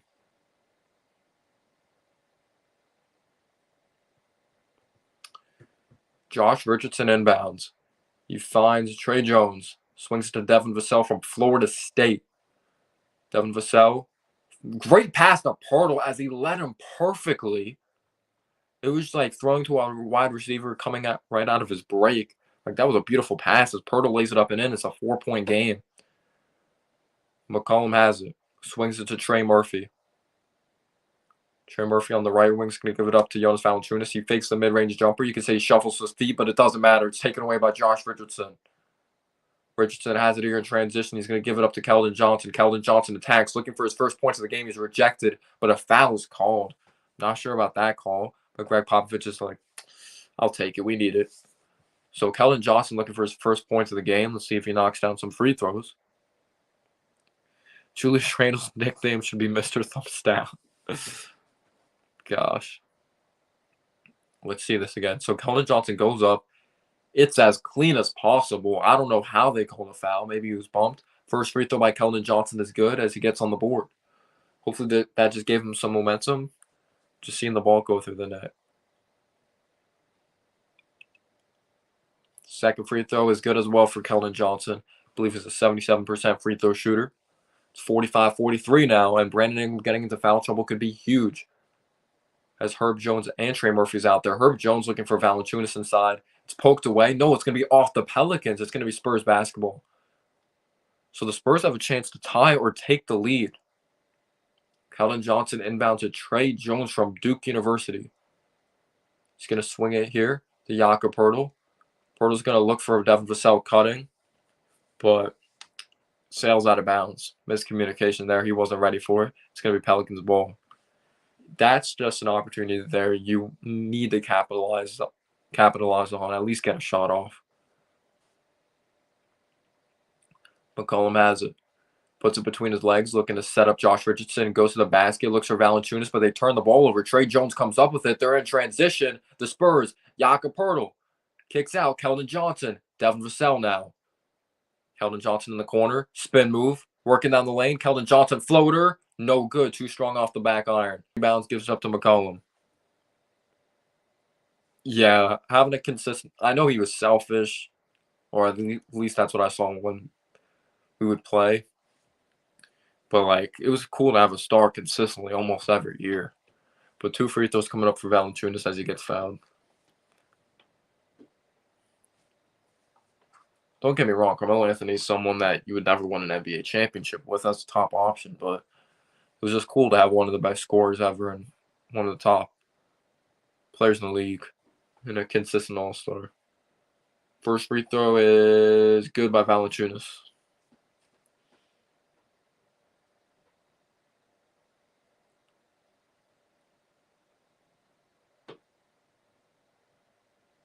Second free throw coming up here for Valanciunas. He has 4.7 rebounds. Second free throw is good. 47-43. 3:48 remaining here in the half. Trey Jones crosses the timeline. He's going to give it up to Devin Vassell. Devin Vassell with traffic all around him. Devin Vassell kicks out, though. Josh Richardson, 3. Puts it in. Josh Richardson with a huge 3. Spurs only down 1. Spurs crowd is loving it. Spurs fans loving it. 47-46. Jonas Valanciunas lowers his shoulder. He's going to kick out Jackson Hayes. He hasn't really done much in this game, getting the start. McCollum now has Keldon Johnson on an island with 5 seconds on the shot clock. McCollum, 3. Puts it in. What a shot by C.J. McCollum. What's he have, 18-20 in the half? Unbelievable first half here by C.J. McCollum, 50-46. Josh Richardson is going to get bumped, and it's going to be a foul before a shot. Jackson Hayes does not like him. McCollum, listen to this. He has 20 points on 7 of 9 shooting. Talk about great efficiency. McCollum's just been unbelievable for the Pelicans. If the Pelicans win, maybe they match up well against the Clippers. But the Clippers also, they haven't missed the playoffs in the last 10 years or 9 years. They have like the longest active streak of consecutive times making it to the playoffs. First free throw here by Josh Richardson coming up. It is up and good. Pure nothing but the bottom of the net. McCollum's made his last 6 field goal attempts. He's been unbelievable in this basketball game. Playing at a great pace, knocking down difficult shots, going to the rack, knocking down shots from the outside. He's been unbelievable. The Spurs are scratching and clawing, playing a great team of basketball as usual. As long as you have Greg Popovich as your coach, that's going to be your identity. 50-48 New Orleans. Pelicans basketball, 2:57 here to go in the first half. McCollum in and out crossover. He's double teamed. He's going to find Alvarado. Alvarado, 3, puts it in. Third 3 of the game for Jose Alvarado. Since beating the shot clock buzzer, he's been on an absolute tear. Keldon Johnson finds Poeltl. Poeltl with the up fake, kicks out Keldon Johnson. Keldon Johnson, 3, long. He's been really rusty in this ball game. Or not rusty, he's just been off. Rebounded by Herb Jones. Now McCollum has it. McCollum has Josh Richardson on an island. He's going to look to take advantage of him, but they're being physical. Great defense. Gives it up to Jose Alvarado. He has Devin Vassell on him. Alvarado driving. Nice up fake there by Alvarado, and he draws a foul, getting Devin Vassell to bite. Wow. Alvarado playing with a lot of heart here in New Orleans. It's not just McCollum. It's not just Brandon Ingram. Wow. But because McCollum's been on such fire, like, they have to leave Alvarado wide open. You have to try to get other players to beat you. Alvarado's first free throw is no good. That man got a lot of hair. Hey, I don't know if you guys have heard the mic'd up, but he's mentally tough. He plays with a lot of confidence. He thrives off confidence. Second free throw is good. Redeems himself there. Spurs are in the bonus with 2:15 remaining. 54-48. Trey Jones crossed the timeline. He's going to give it up here to Devin Vassell. He's been playing very well. Best player, in my opinion, for the Spurs this game. Devin Vassell nearly loses it out of bounds. He saves it. Gives up to Pirtle. Back to Vassell. Vassell, difficult deep two. It's no good. In and out. Rebounded by Valanciunas. He's going to throw it ahead here to Alvarado. Alvarado looking to go coast to coast. He stops on a dime. Oh, no. Alvarado looks to attack. Reverse layup. No good. You got Vassell to bite for a moment with a nice hesitation, but then he missed the reverse layup. Now Keldon Johnson down the lane, layup no good. He's calling for an offensive foul, though. Just a nightmare game continues for Keldon Johnson.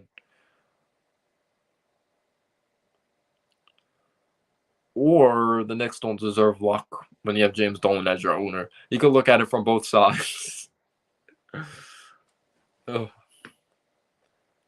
Keldon Johnson just runs over Herb Jones there, sacrificing his body. Just, nightmare game.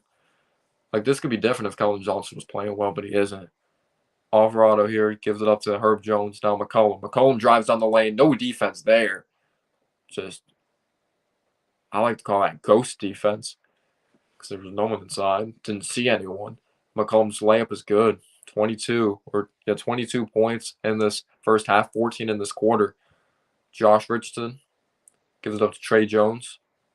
He's on the left wing, looking to drive, kicks out Vassell. Vassell fakes the 3 seconds on the shot clock.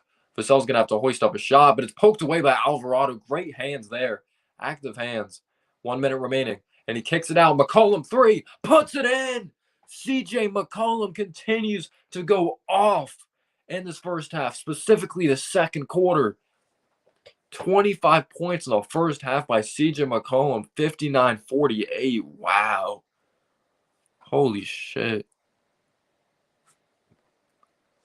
Pelicans on a tear. CJ McCollum on a tear. If this duo gets hot, I would watch out if I'm a Timberwolves fan. All right, I'll be right back, guys. I'm going to go get some water. I'll be right back. If anyone tunes in, let them know I'm getting water.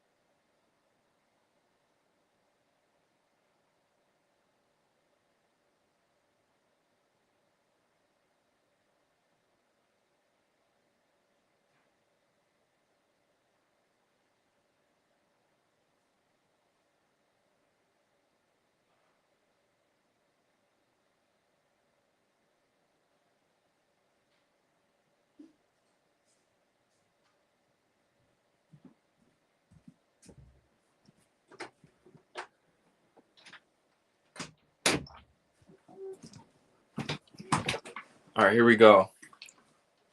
Lonnie Walker has it. 42 seconds remaining in the second quarter. He's going to swing it.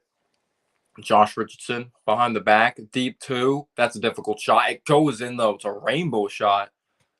But he gets to the fall. It's an 8-point game. It's like a 9-second differential in the shot clock, game clock. Obviously, I think they're going to look to McCollum here for this last shot because he's been on fire.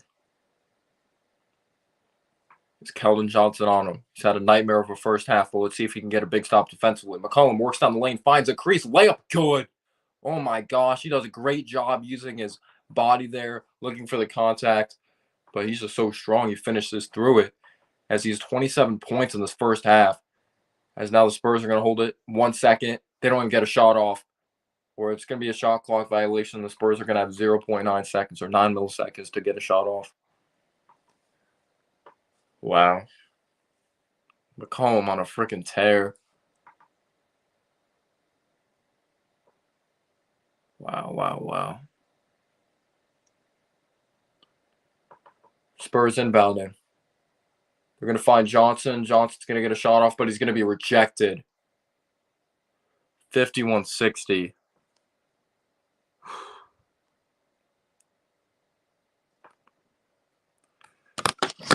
Whoa.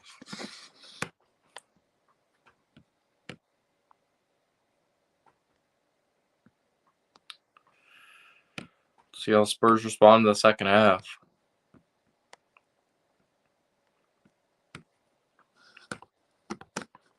CJ McCollum with 27. Brandon Ingram has nearly 20. Good luck stopping that San Antonio right now. Especially when Keldon's off.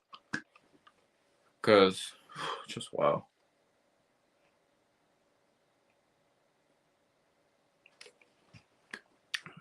Big Zev says, wow. Pelicans look legit in this game.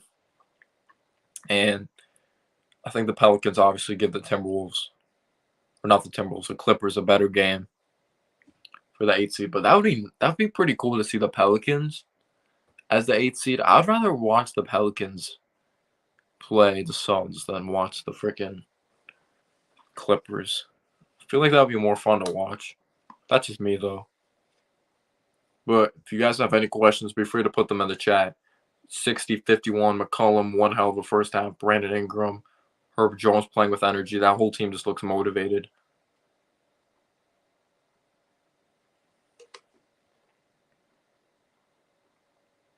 Oh, yeah, when we traded, like, Justin Holiday and all that, yeah. Yeah, I remember that. Though people didn't call them a super team. Derrick Rose called them a super team. I'll never forget that. So we had Derrick Rose. So let's go through the lineup.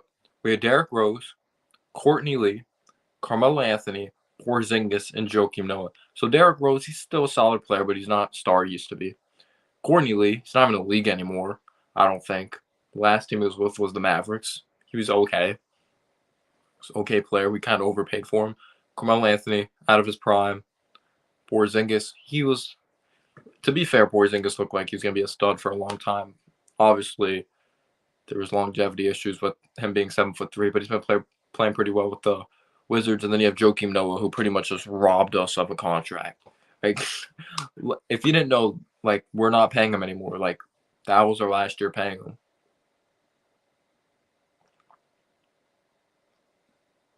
That's how bad his contract was that we're still paying him. That was a joke. Oh, he did, but I'm talking about the projected lineup that year. Like, that was what was projected as the future super team. But, yeah, Quinn, I liked how he represented New York, but he wasn't that good. He played tough, but he wasn't that good. But the bench sucked that year. Like, Justin Holiday was pretty nice off the bench, but having Sasha, he sucked. Kuzminskis, he sucked. Hernan Gomez was okay. Ron Baker, that bench was terrible. That bench was so bad. The starters were pedestrian or not pedestrian. They were just okay. But, like, the bench freaking sucked ass.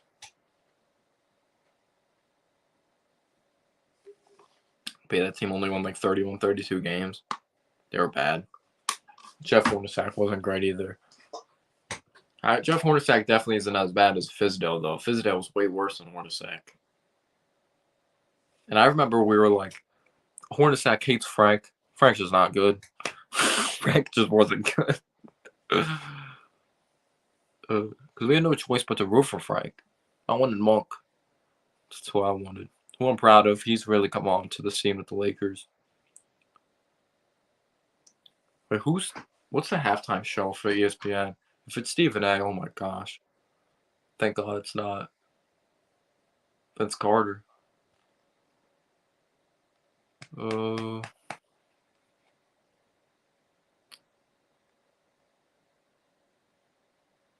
Thought they were the 8th or 7th seed. I remember the first game. It was bad when we got demolished by the Cleveland Cavaliers and they were doing the bottle flip. But it's crazy that D Rose is on the team again.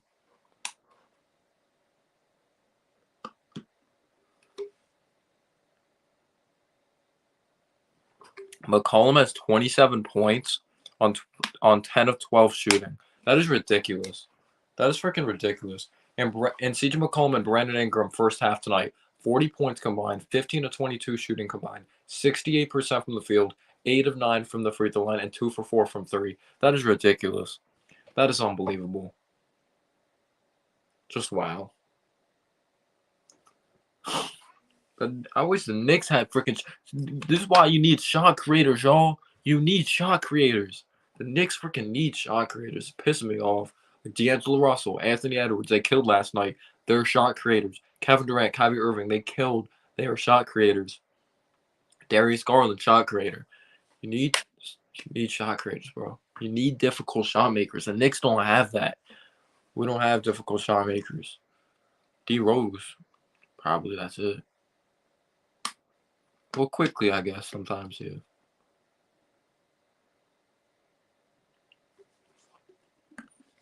But the Knicks need to come out of the draft with a guy that can create. Some tired, like, the offense is already bland enough, but not having guys that can create, because, like, Tibbs just expects everyone to create offense for themselves. Like, just get a guy that can create offense for himself. We really need an offensive coach. I agree. Losing Mike Woodson was huge. I don't think that was talked about enough when he left Indiana. I was happy for him, though. That's his alma mater. No, most people didn't know like Mike Woodson played in the NBA. He was a pretty good ball player, but he was the offensive mind. I felt like he complemented Tibbs pretty well.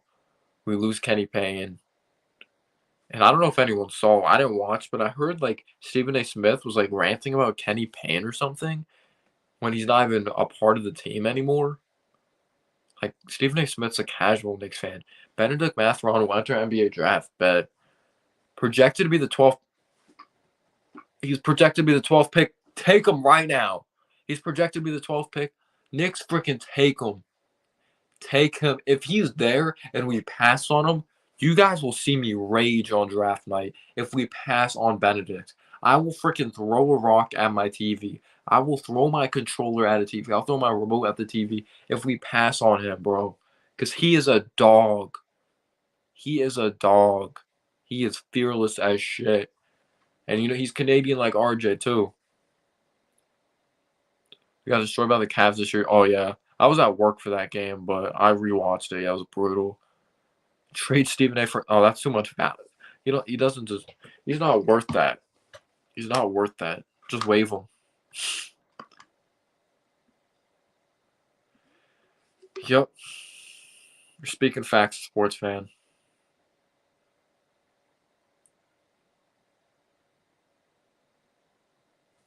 Kevin Durant's on the Embiid train too for MVP.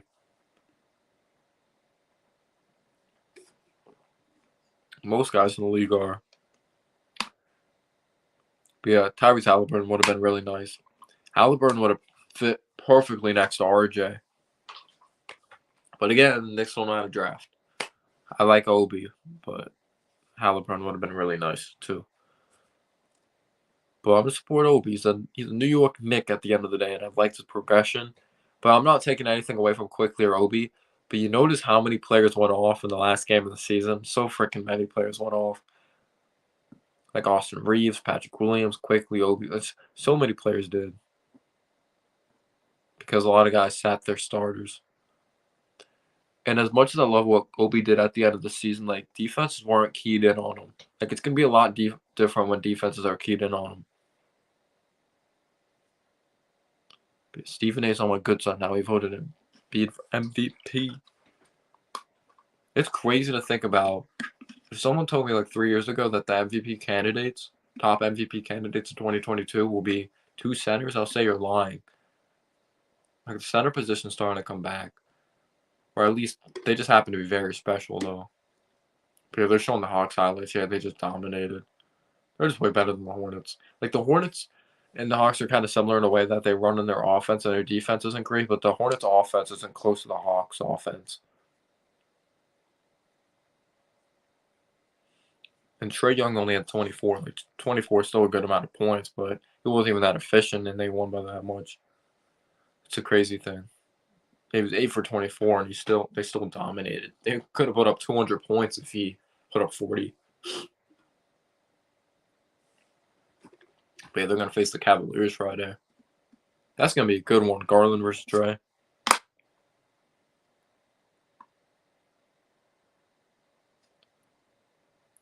I feel like you guys have to keep Shea happy. You have to. At the end of the day, though, we know Sam Presti's outlook with the draft picks and all that, but we know the players aren't intentionally trying to lose. Like, they're playing for contracts, they're playing for the job, they're going out there and competing. You can't tell players to lose.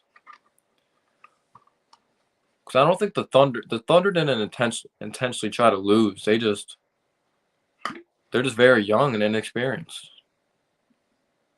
Like, they obviously tried to win when you guys like came back from 1,000,000 points like twice to the Lakers.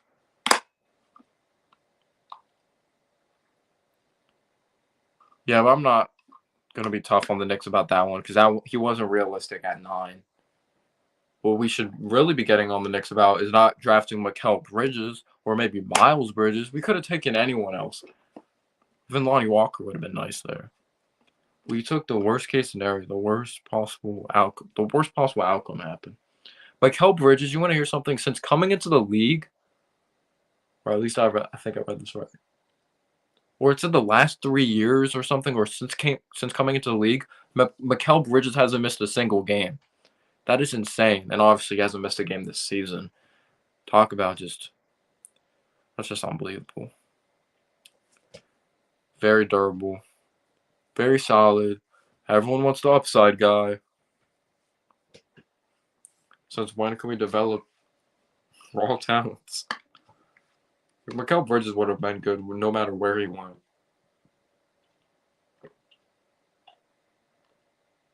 It's like the Pistons with Sadiq Bey. He would have been good wherever he went.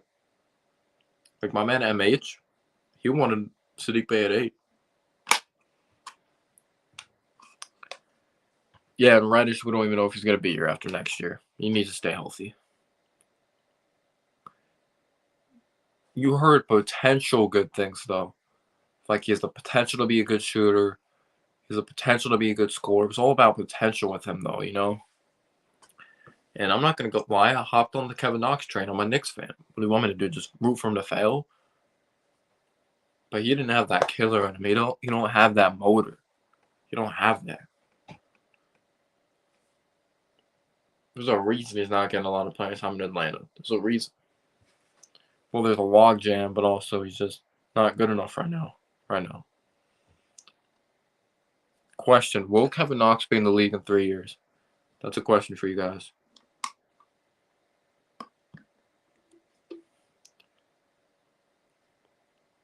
You'd be better production-wise.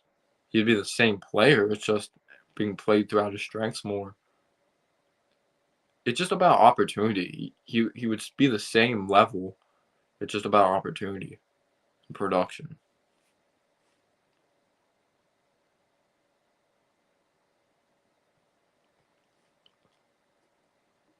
But yeah, I didn't like I rooted for Knox though. I knew about Knox. But Michael Porter Jr., that would have been a disaster. I like him, but he can't stay healthy. If you haven't already, smash the like button, click that subscribe button if you're new. Appreciate y'all being here. Do you still want Jalen Duren? I'm not that high on Jalen Duren. Like, I don't understand the upside with him.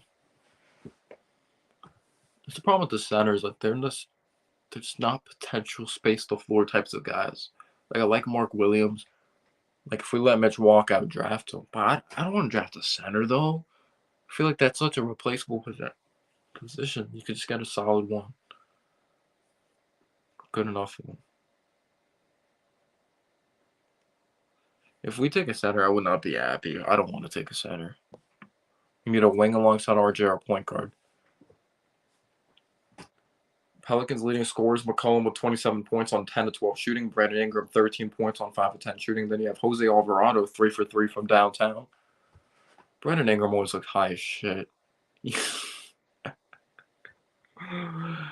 Oh, I don't blame you, man.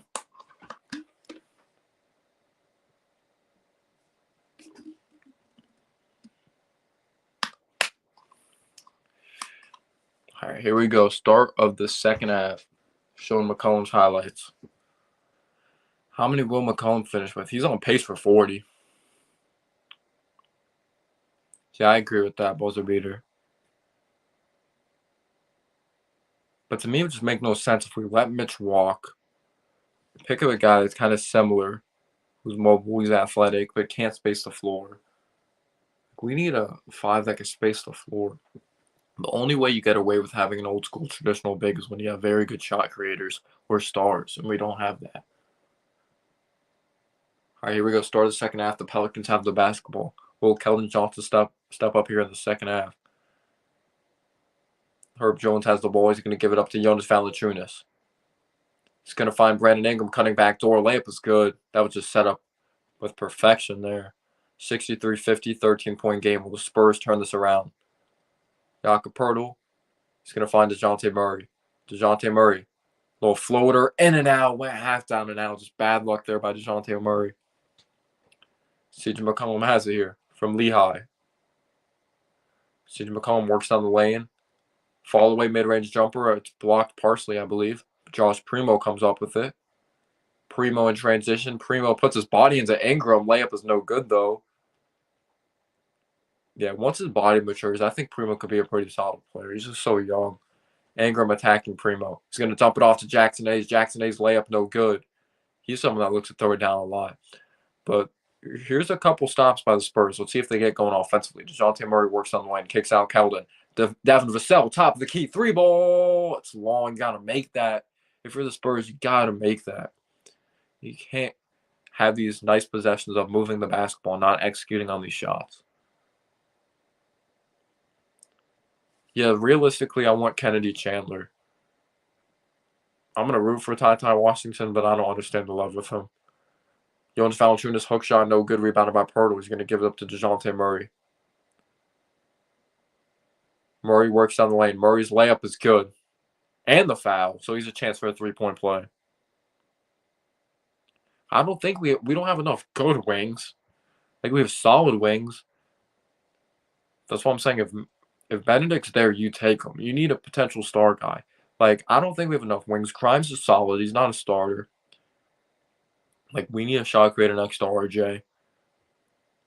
You look at Reddish. Like I said, if Reddish isn't healthy next year, he's gone.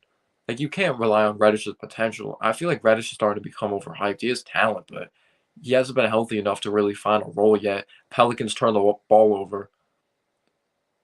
Murray works down the lane, finds Poeltl, kicks out Keldon. Now Devin Vassell, corner three. Long. That was a rainbow shot, rebounded by McCollum. Brandon Ingram attacks Primo. Brandon Ingram down the lane. He's a muscle Primo. Layup good.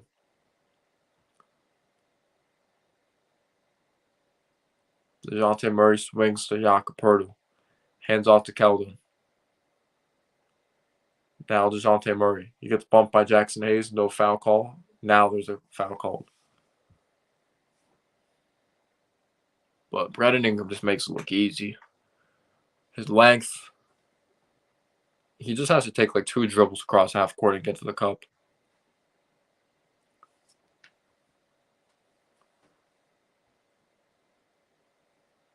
Devin Vassell has it on the left wing, gets screened by Poeltl. Devin Vassell kicks out. Good ball movement. DeJounte Murray 3, air ball. That's not his game. That's not his game. So the Pelicans are in a scoring drought, but the Spurs can't get much going offensively. McCollum swings it to Valanciunas. He's going to hand it off to Ingram.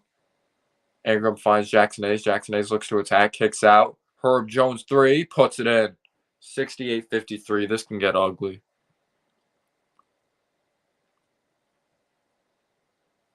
DeJounte Murray crossing the timeline. The Spurs need to go on a run. Josh Richardson has it. He's going to give it up to Jakob Poeltl. He's looking to face up Jonas Valanciunas. He's backing him down. Good footwork. Good drop step. Layup good. You know why? I thought about it. It's a second-year player. And I don't know. It's hard to really just evaluate just the first year to second year. Like, obviously, you're going to make some type of jump because you're not great as a rookie or no one expects you to be great. I think they just look for those players that kind of came out of nowhere, I guess. I don't know. I don't know how they really grade it or look at the award. Brandon Ingram has it on the left wing. Finds Valanciunas. Valanciunas layup good. That was way too easy. That's just bad defense. 70-55. DeJounte Murray looks to attack, finds Poeltl. Poeltl gets rejected by Herb Jones. Great defense. And Poeltl has it taken away by Herb Jones. Like I said, he's a great defender. And Herb Jones on the other end, he's going to throw it down. But no, the foul's going to be on the floor before the dunk. But he is like one of the most improved players in the league.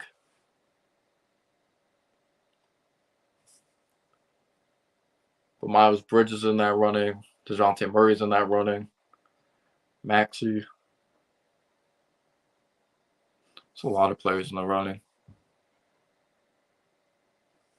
Brandon Ingram's going to inbound to CJ McCollum. CJ McCollum pull-up mid-range jumper is good. He's unconscious. He won't miss in this game. What's he have, 31 now or 29? He's 29 on 11 of 14 shooting. DeJounte Murray works on the lane. Finds Poeltl. Nice pass. Has a chance for a three-point play. Finds Poeltl inside. Poeltl's a pretty underrated big man. He is. He's good at footwork. And Valanciunas overcommitted, and Murray found him inside. They need to get stops, though.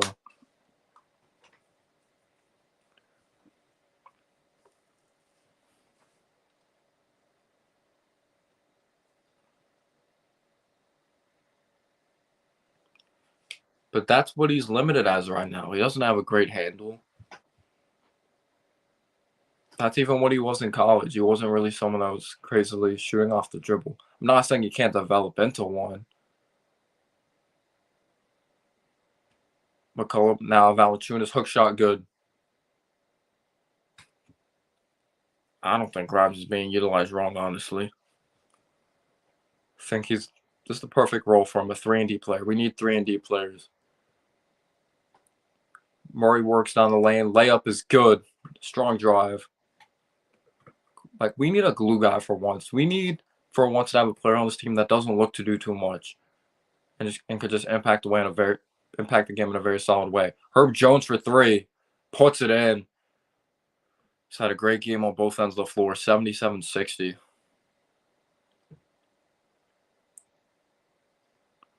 Yeah, I don't play it, though. Poeltl, top of the key. Poeltl finds Devin Vassell cutting back door, and he's fouled. 2 free throws coming up.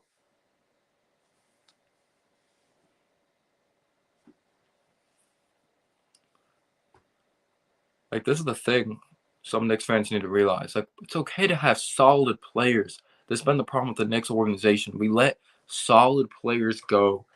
Like, we don't find a role for them. We just look to see if they're a future star, or you're not a star. Oh, you suck then. This is the problem with the Knicks organization sometimes. Or us as fans.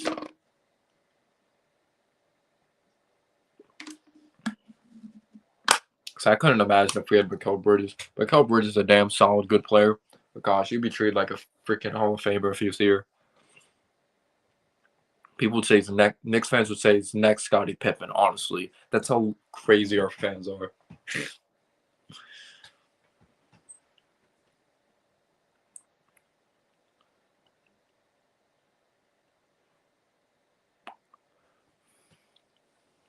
We got lunatic fans. But it's alright. We're used to it.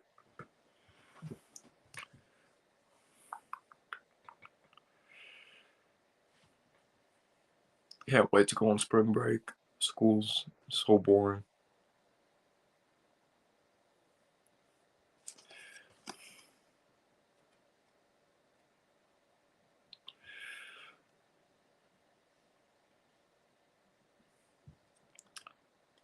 Do you play the Portal game on Buzzer Beater?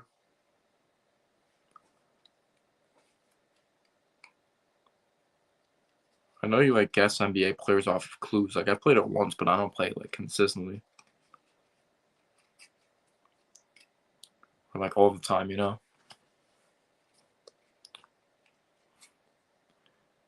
So we haven't gotten good games tonight. Like last night. These games haven't been competitive. Sadly.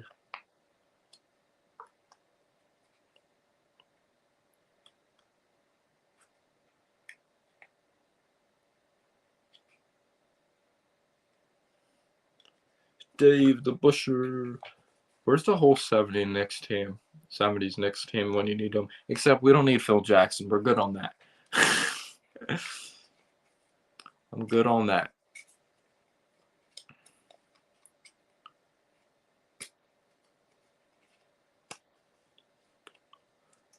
Buzzer beater. Do you think Patrick Ewing's better, or who do you think think's the Knicks GOAT? Willis Reed, Patrick Ewing, or Walt?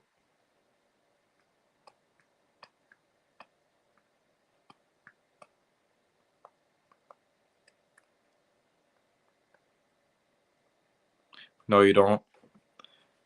I feel like a lot of people play that Portal game. Hawks leading scorers: Trae Young 24, DeAndre Hunter 22, Gallinari 18, Clint Capella 15.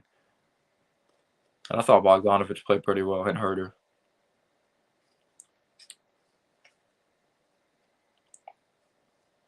Showing Herb Jones' impact on the game tonight. Herb Jones knocking down the three ball, using his athleticism. He's passing well. He's playing good D.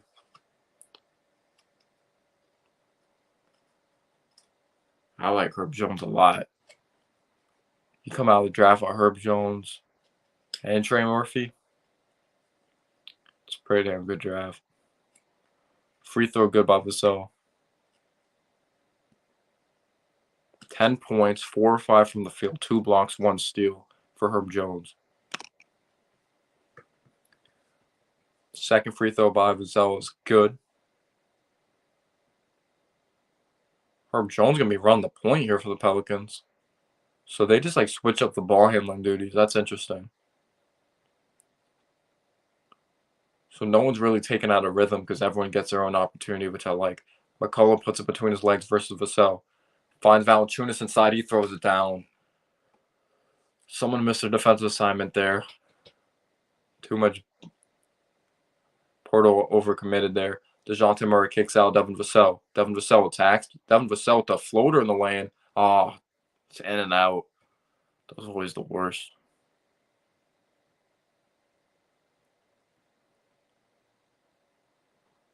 If Jonas Valanciunas pulling up from mid-range territory and it's good, this game's over. 81-62. This is starting to become a bloodbath. Well, it looks like I'm going to continue to be undefeated with my predictions. DeJounte Murray attacking. DeJounte Murray layup is good. That's a difficult shot over Jackson Hayes. He's just a great finisher around the rim.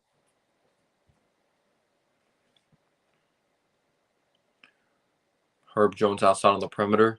If I'm the Pelicans, I'm just trying to take some time off the clock. McCollum jab steps, pull up from mid-range territory, long. Rebounded by Murray. Unless Spurs have a crazy comeback, we'll see what happens. But Keldon Johnson, 2 points in this one. DeJounte Murray finds Richardson. He looks to throw it down. He gets rejected by the rim. That's always an embarrassing moment. McCollum swings to Valanciunas. Valanciunas is going to try from downtown. Air ball. Trey Murphy with the hustle, but he saves it to the Spurs, or no, he's out of bounds anyway. Yeah, coming back from that injury. Buzzer beater crazy hard, man. Oh, okay, that's what you're referring to. Yeah, the frozen envelope. It's probably why we haven't gotten the first pick since then. They already rigged it for us once, and we didn't win shit with it. They're like, we're going to gift you Patrick Ewing. You better not screw it up. If we won a championship, maybe we would have got the first pick, but we didn't. They gave us Ewing. We didn't win shit with it. So Devin Vassell inbounds to DeJounte Murray. Spurs are shooting 41% from the field. Pelicans are shooting 61%. DeJounte Murray kicks out Keldon. Keldon's going to try from downtown. He's taking bad shots. Keldon's aiming his shots. He's playing bad.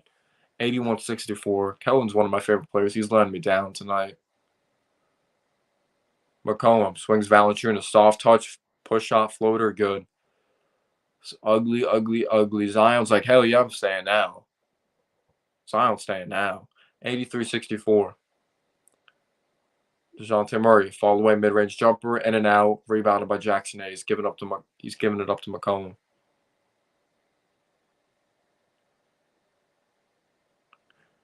McCollum finds Valanciunas, fakes the pull-up mid-range jumper, backing down Collins. Sweeping hook shot, good. Valanciunas has taken over here at the end of this third quarter. 85-64. Josh Richardson swings to Keldon. Keldon looks to attack. Keldon layup, good, and the foul. It's about time, Keldon. It's about time. He has a baby face, too. He's young. It's 85-66. Yo, what's going on, Shamar? How you doing, man? How you doing? Keldon Johnson has good patience here. Puts up the floater. Draws the foul. Spurs are just going to have to string together a bunch of stops, and they're going to have to efficiently score the ball. They're going to have to get second chance opportunities. They need a spark bad. There's Devin Vassell getting coached up by Greg Popovich. Yeah, Keldon Johnson averaging 17 points per game on the season, 47% from the field. Only 4 tonight. I believe he missed the free throw too. That doesn't help. McCollum crossover. Picks a spot, kicks out Larry Nance. He's going to fake the handoff to McCollum. Good ball denial by Josh Richardson. Trey Murphy, top of the key, 3 balls long, rebounded by Keldon.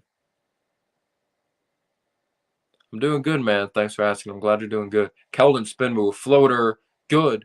Keldon Johnson maybe starting to get into a little bit of a rhythm. We'll see what happens. Hopefully it's not too little too late as it's starting to get ugly. Let's see if the Spurs end this quarter strong. Keldon has 6 on 2 of 10 shooting, 20%, not great. McCollum puts it between his legs. Solid defense by Keldon. And McCollum pushes off, and it's going to be an offensive foul. So they have a chance to make this like a 15 or 14-point game. Or a 13-point game. Depending on what happens. Hopefully the Spurs make this interesting. Devontae Graham's checking into the game. Herb Jones taking a seat. He's doing one hell of a job in this game. Keldon Johnson has it. Puts it between his legs. Spin move. Keldon takes it strong to the cup. Layup no good. Offensive rebound. Lays it up and in. So Keldon Johnson's not giving up. He's very mentally tough. And he's really battling here in the third quarter. It's a 15-point game. Spurs not going away. But the Spurs give McCollum a crease, but the floater's no good. It's going to be out of bounds on the Pelicans. So the Spurs can go on a little bit of a run. They're in the bonus with 2:43 left. We'll see what happens. Yo, we have Brandon Ingram in the chat. We got a celebrity in here. Who the hell? We got Brandon Ingram. I thought you were playing a game. What's up with that, man? You're going to blow the lead. It's a 15-point game now, bro. It's a Spurs ball. But I appreciate Brandon Ingram being here, you know. It's not your best of picture. You're looking high as always. A little shifted to the right, but I appreciate being here, Brandon Ingram.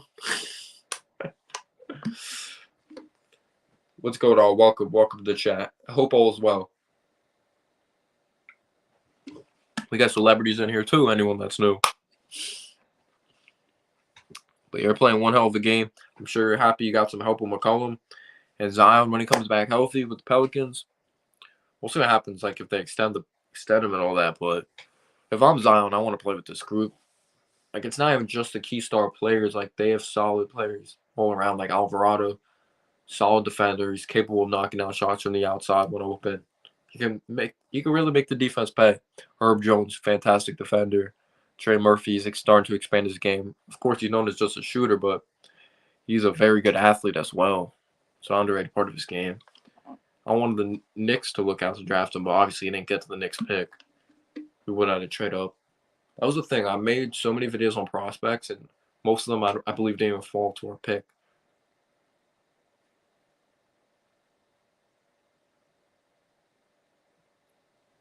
But I was potentially talking about trading up. It's hard to trade up. Karam says Pelicans became a fun team. Yeah, they are fun to watch, man. They really are.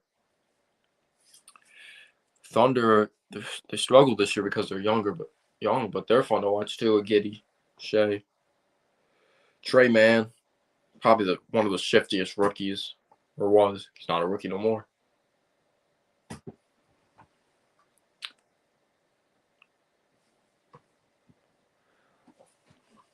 But the Thunder literally A+ on that draft class as of right now. It's obviously easy to say that now. The rookie draft class has gone off to a great start.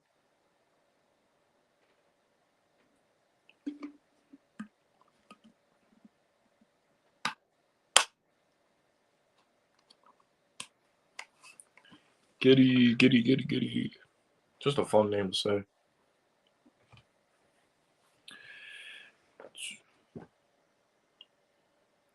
Yeah, they're funny guys. I follow them on Instagram and their social media. But well, Spurs go on a bit of a run. They cut it to a 15-point game, and it's their ball. It was worse. Can't count out a Greg Popovich run basketball team. I hope the Spurs go on a run. That would be exciting. Who's wired up? Wired.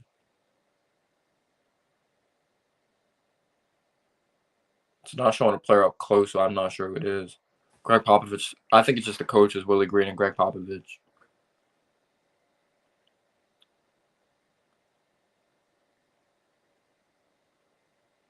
That's so cool. Just seeing the coach take notes like that up close. But Willie Green, one hell of a job. He's an up-and-coming good coach. And Greg Popovich, we know, is a legend. Zach Collins' first free throw. Of course, Zach Collins ruins the shit. I'm not a fan of Collins. I think he's not that good. 14 points for Devin Vassell, 12 points for Pirtle, and then you see the Pelicans. Valanciunas has 17, Ingram has 17. McCollum, he's killing it right now. Second free throw is good by Collins. So it's a 14-point game. Greg Popovich smiling. See, my kid's hips just do that. I know they're losing, but, he's having fun interacting with his players. At the end of the day, it's basketball. You love it. McCollum probing around. McCollum swings it outside of Devontae Graham, nearly loses it. Marshall has it. Marshall drives down the lane. Marshall layup, no good, but they call a foul. I don't like that call. They bailed him out there. I hope he misses these because that was trash. Trash. I wonder how Greg Popovich likes coaching these young guys. Obviously, he coached Tim Duncan, Young, Tony Parker, all that. But this is a really young group. You have the youngest player in the league. Marshall knocks down the first. He's really installed confidence into these guys. You have the youngest player in the league. You're playing him minutes. You started him. You have to have confidence. You have to believe in these guys in order for these players to want to play for you. All right, here we go. 15-point game. Spurs are the bonus. Second free throw. Marshall. It's good. 87-71. DeJounte Murray crosses the timeline. Gives it up to Devin Vassell. Now Pirtle. Pirtle's going to hand it off to Lonnie Walker. Lonnie Walker pull up mid-range jumper deep two. No good. They need to get their shit together. CJ McCollum finds Jonas Valanciunas. He's backing down. Collins. Hook shot, no good. Offensive rebound, Larry Nance Jr. Kicks out McCollum. McCollum three. Long. And it's going to be a loose ball foul on the Spurs. Collins stinks. Why does he play? Why did they sign him? He's not good. I don't like him. Collins stinks. Clearly, a loose ball foul. Pushes them.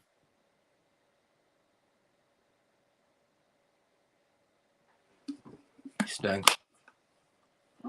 Marshall inbounds to Devontae Graham. DeJounte, not DeJounte. CJ McCollum swings to Jonas Valanciunas. Hook shot, no good, but it's an offensive foul.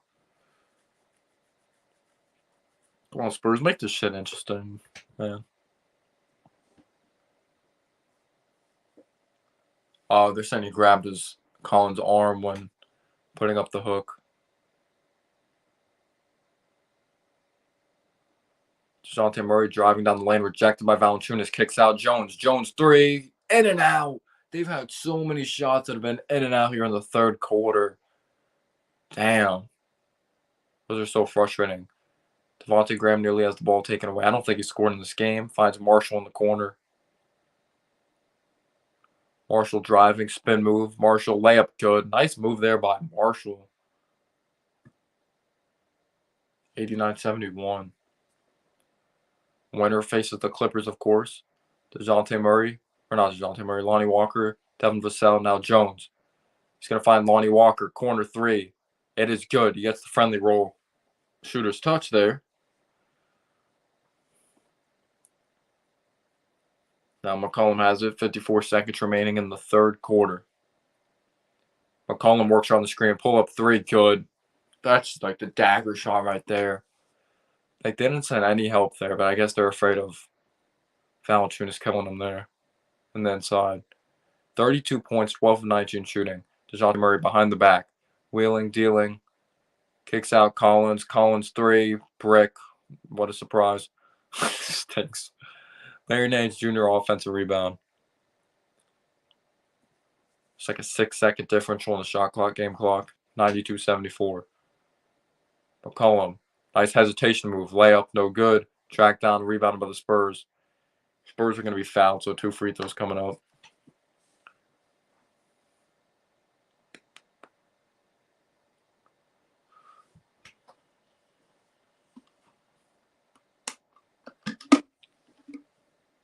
The Spurs have a bunch of solid pieces, but they need that high upside guy. They need that potential superstar, high all-star, high-tier all-star type of guy.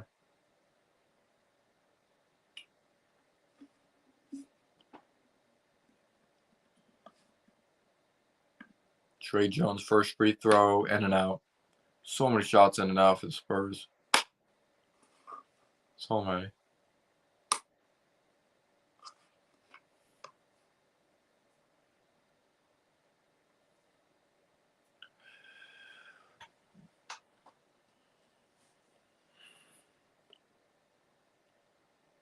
Second free throw here. It's up and good. 92-75. 15 seconds remaining in the third quarter. McCollum crosses the timeline. 6 seconds remaining. Gets screened by Herb Jones. Or no, he's going to fake off the screen. McCollum's going to find Devontae Graham. Devontae Graham, is he going to get a shot off? Yes, he gets the floater off, but it's no good. 92-75. End of the third. Looks like the Pelicans are going to run away with this one the way it's going.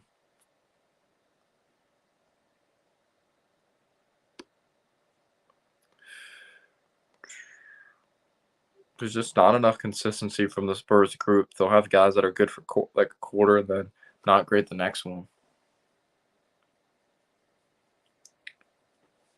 No, tonight's just been bad. Yes, last night was amazing.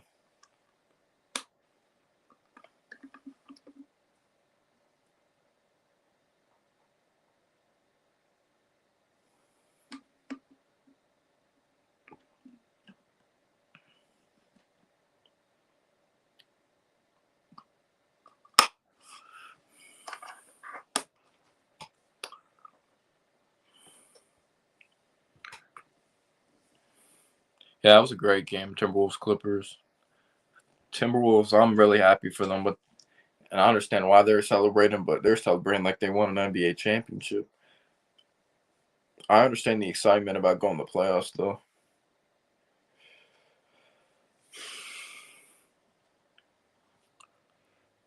But if I'm a Timberwolves fan, I'm like, yep, this is Anthony Edwards' team. Anthony Towns too soft. I don't. Stop shooting on the perimeter. Get your ass in the post. Like,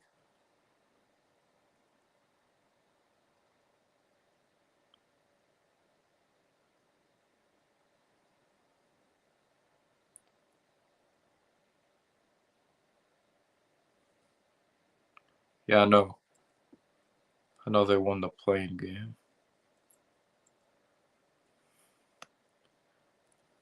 I don't remember the playing last year like that. I don't know if I watched it. Did I? I don't remember.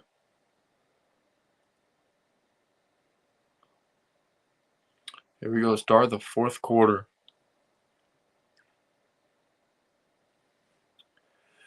Showing the highlights in the third. Valanciunas dominated. 17 points, 12 rebounds. McCollum 32 and 5. Ingram dominant. They don't even need Ingram to play. If I'm Pelicans, I don't even play them in the fourth.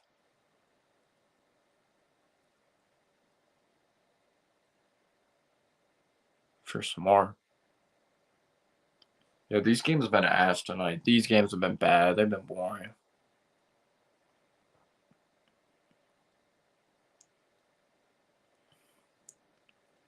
They have been poop. They've been dumpster juice. They've been trash. Can't wait to go to sleep after this game. Shit. Half day tomorrow, but I still got school.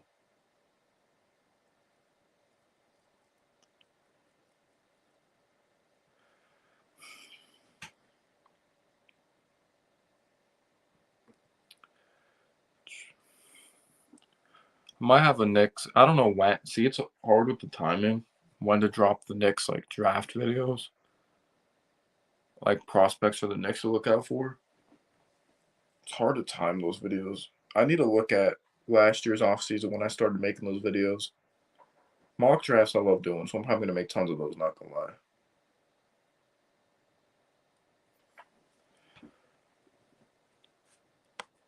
Alright. Start of the fourth quarter. Lonnie Walker has it. He's gonna get the screen. Puts it between his legs, pull up mid-range jumper, short, rebounded by Larry Nance.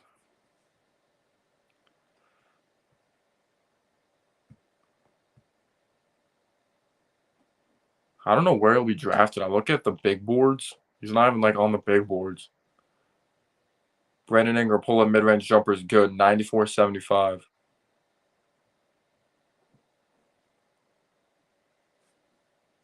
DeJounte Murray crossing the timeline. Swings it to Keldon Johnson. Puts it between his legs. Looks to attack. Turns the ball over. He wanted a foul. It looked like there was contact. But Lonnie Walker being a great teammate saying, get back. Brandon Ingram swings to Alvarado. Like Lonnie Walker continues to fight the whole game. Rejected by Collins there at the rim. DeJounte Murray attacks. Layup no good. Gotta make that. They're trapping Murphy, but he got out of it. Ingram's going to throw it ahead to Marshall. Marshall pull up mid-range jumper, like low push shot's good. 96-75. Keldon Johnson driving. Nice spin move. Floater, good. It starts starting to come on, but too late.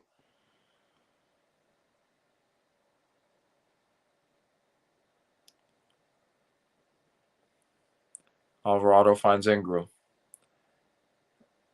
Kicks out Larry Nance Jr. Ingram defended by Devin Vassell. Deep two by Ingram. It's long rebounded by Larry Nance Jr. Offensive rebounds, man. Jose Alvarado outside on the perimeter. Defended by DeJounte Murray. Alvarado prancing, dancing. Gets his pocket picked, but it doesn't matter. It's going to be an offensive foul, I believe. Or carry. Yeah, he is with the mic'd up. And remember in the regular season that he would hide and then steal the basketball. He's sneaky, bro. Spurs just make this interesting at least. Cut it to like 10. That'd be nice.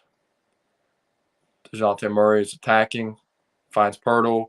It's good and the foul. He has a chance for a three-point play. Make this a 16-point game. The goal was just cut it to 10. Cut it to 10. Make this somewhat interesting. That was a nice pass. Spurs ain't giving up, though. When Greg Popovich is your coach, you want to play for that man, and you're not giving up. He won't let you give up.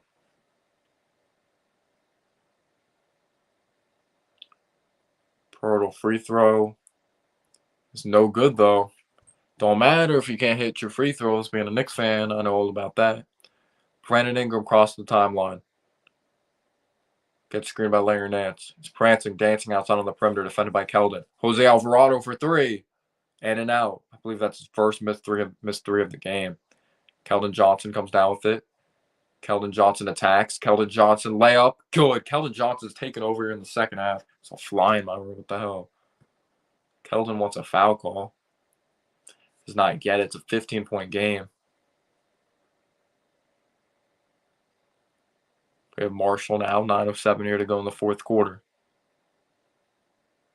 Throws to Brandon Ingram facing up Keldon. Brandon Ingram driving down the lane. He's fouled on the floor. Luckily, they're not in the bonus. Keldon Johnson got the waves, man. He got the waves. Trying to get like you. Only if Keldon played well in that first half, because he's playing very well in the second. 10 points, 5 of 8 in the second.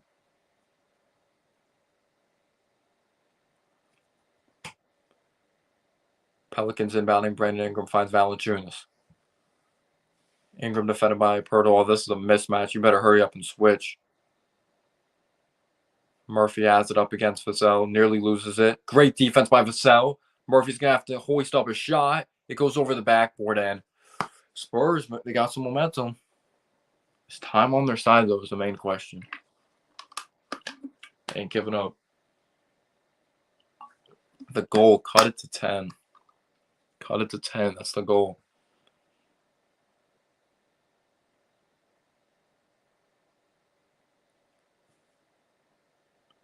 Here we go. Josh Richardson's in the game. He crosses the timeline. He's going to give it up to DeJounte Murray. Gets screened by Pirtle. Hard screen. Pirtle finds Richardson. Now Devin Vassell. Devin Vassell swings in the corner to Keldon Johnson. He has Alvarado on him. He's looking to post and toast. Keldon Johnson, push shot. Good. Keldon Johnson taking over here. Was it a 13-point game now? It's getting close. Or close for the game. But can they string together stops? Valanciunas going to hand it off to Ingram. Ingram puts it between his legs, defended by Keldon. Oh, Pirtle, if he read that right, he would have stole that, but they're going to send Valanciunas to the line. Could have been a 3-point play. Pirtle got lucky that he missed that, but if Pirtle jumped that, could have been a steal. But hey, stopping the clock at least. So that's kind of helping the Spurs because time's kind of on their side. 8 minutes is a lot, but still.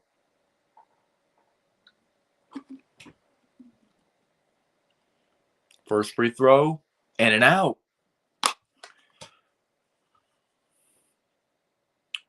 In and out.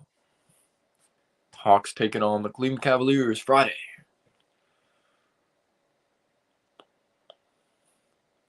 Second free throw by Valanciunas, former member of the Grizzlies. It is up and good. Gets the friendly roll. There we go. Keldon Johnson's going to inbound to DeJounte Murray. DeJounte Murray outside on the perimeter. Gets screened by Pirtle. DeJounte Murray pull-up mid-range jumper. In and out. Pirtle tip. No good. A foul's going to be on the floor, though. Or maybe DeJounte Murray got fouled on the jump shot. Spurs making it somewhat interesting.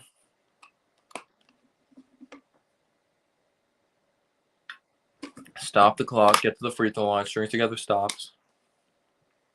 He got fouled on the jump shot.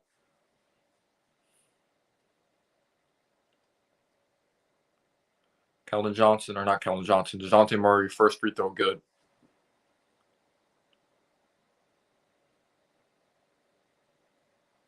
Chance to cut this to 11 or 12-point game. Second free throw by DeJounte.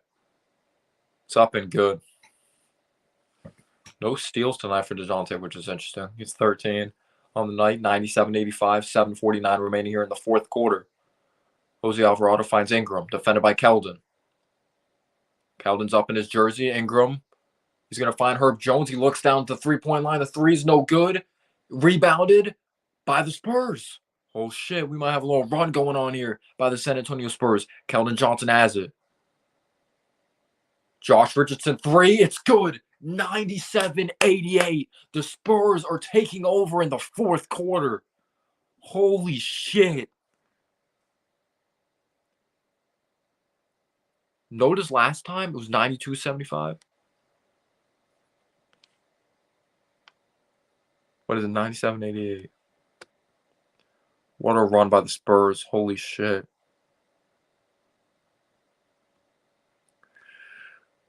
Wow, credit to the Spurs. They're fighting their ass off.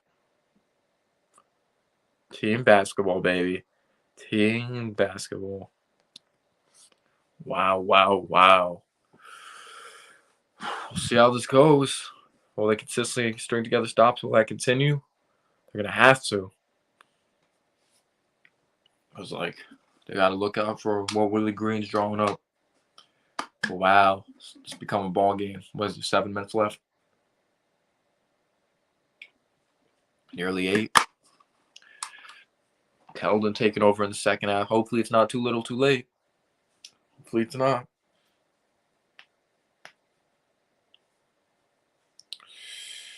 But Pelicans been struggling in this fourth. They have been. How do you just not respect the Spurs? They have this young-ass team. They still fighting. They didn't give up at all. They could have laid down and died. They were down like over 20 or 20 at one point. I remember I said the goals. Get cut at 10.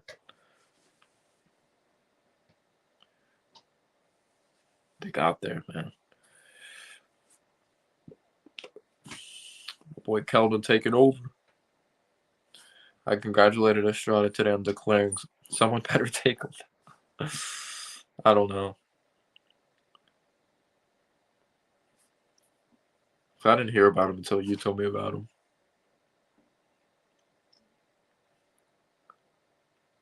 Oh, they're showing that Popeyes. But when's the last time you guys had Popeyes? I haven't had Popeyes in a while. I only have it added like at the airport. I don't have ones like nearby here. It's like the food court in the airport. They have it. Let's go Spurs though. See if the Spurs complete this comeback. That'd be wild for them to overcome this performance of McCollum, Valanciunas, and Ingram. That just shows coaching. That just shows determination, resilience, ability to overcome adversity. They're on the road too. Wild, wild.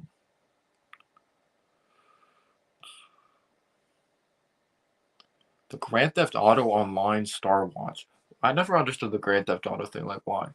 But Pelicans leading scorers: CJ McCollum at 32, Brandon Ingram 19, Valanciunas 18, Jose Alvarado 10, Herb Jones 10. A lot of threes to go around between Alvarado and Herb Jones. That's most of their points. But maybe like Ingram only having like 15 in that. Like he had 15 in that first half, I believe. And then like not much in the second half. But the Spurs are on a 13-1 run since 10:37 in the fourth quarter. And the Spurs are pressing here. They're trying to make them feel uncomfortable and be physical with the Pelicans. CJ McCollum swings it to Brandon Ingram. Brandon Ingram for 3. Short, rebounded by the Spurs. Oh my gosh. Oh, the Spurs nearly turned over, but they get it back. But no, it's out on the Pelicans. It's going to be Spurs ball. Wow. Dude, if the Pelicans blow this, imagine trying to sleep at night as a Pelicans fan. Holy shit. Imagine trying to sleep at night. So the Spurs nearly turned the ball over, but then Pelicans weren't able to save it. So it's still Spurs ball. Wow. It's a 9-point game. While they're reviewing it, they challenge it, the Pelicans. I think they challenged it to see if it was off a Spur or the Pelicans. I think it was clearly off Herb, though. Spurs touched it. Oh, wait. It might have went off Richardson's foot last or maybe Herb's hand last.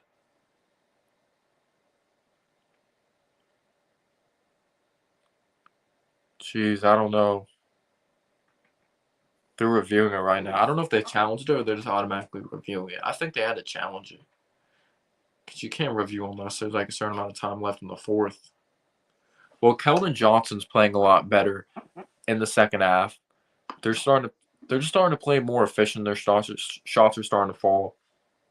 And Ingram, since that first half, he's been kind of cold or starting to become more stagnant offensively. And McCollum, yes, he's still getting his in the second half, but it's not at the same level he was in the first half. They're starting to blitz him, pick him up full court, and just starting to make them feel uncomfortable.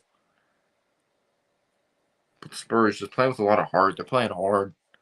There's not one main guy in the Spurs that are just carrying them. Everyone's just playing their role.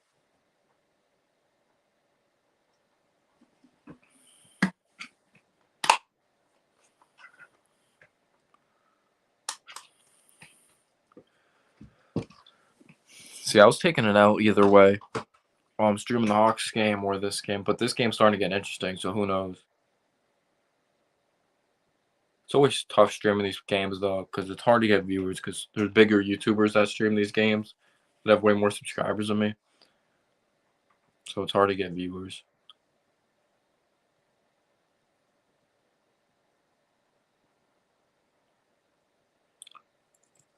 But we'll see who this is out on because this is huge. This could shift the momentum of this game. Well, that's a waste of a challenge if it's not out on the Spurs because, like, there's still a lot of time left.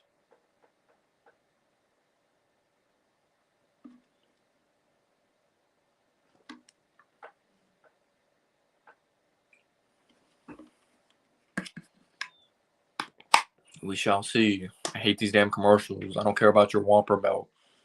I don't eat Burger King like that, though. Random topic. It's one near me. Or like 10 minutes. But I don't eat there. I don't think it's that good, Burger King, personally. I don't think Burger King's that good.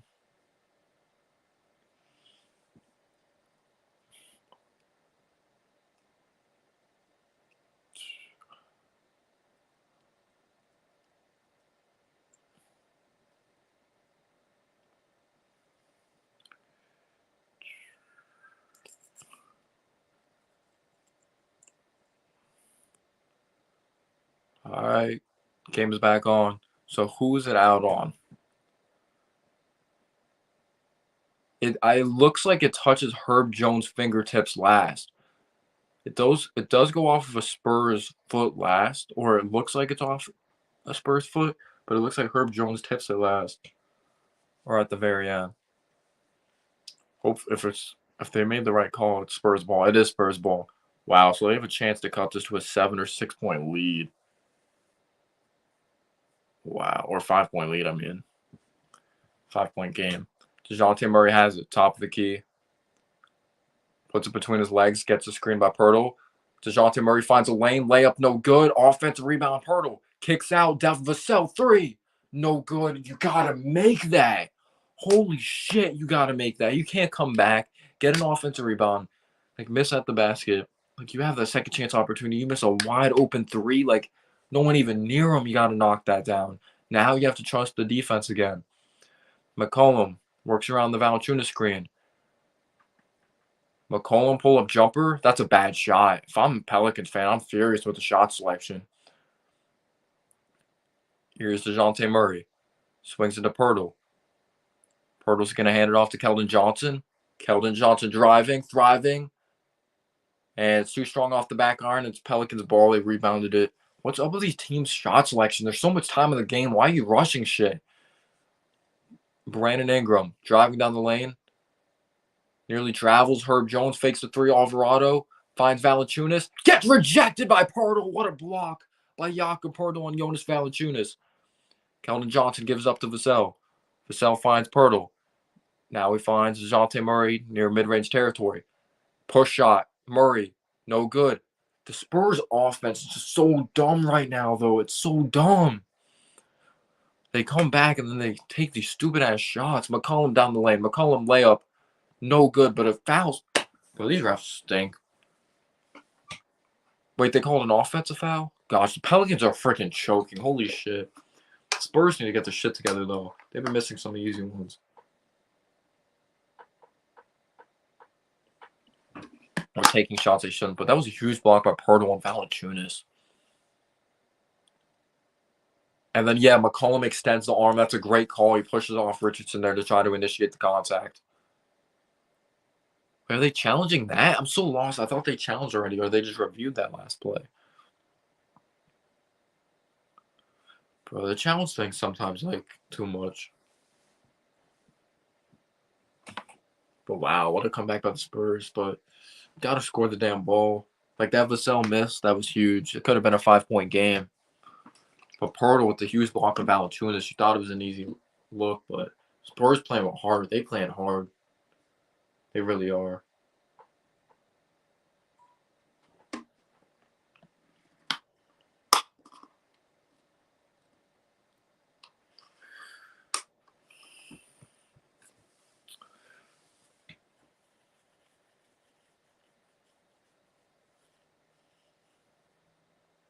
Wow, imagine the Spurs win.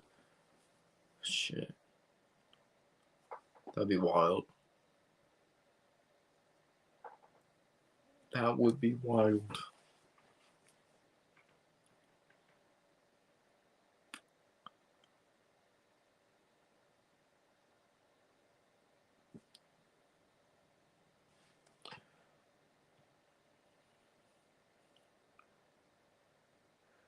All right, here we go.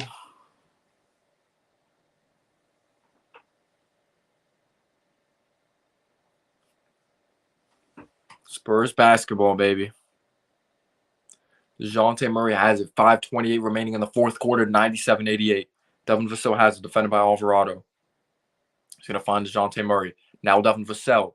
Wide open three. Puts it in. What a huge shot by Devin Vassell. It's a 6-point game. 5:10 here to go in the fourth quarter. Pelicans need a bucket bad. Holy shit. 17 points for Vassell. Brandon Ingram maneuvering, pull up mid-range jumper, no good. Rebounded by the Spurs. An ultimate choke job by the Pelicans. DeJounte Murray driving, thriving, layup, no good. Rebounded by the Pelicans. 6-point game. 16-1 run by the Spurs in the last 6 minutes. McCollum is fouled. Oh, I got bailed out because he went out of bounds.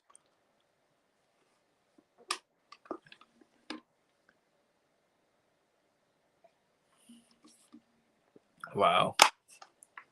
These young guys, these Spurs young guys. So you can win with young players, Tibbs. You can. It's true.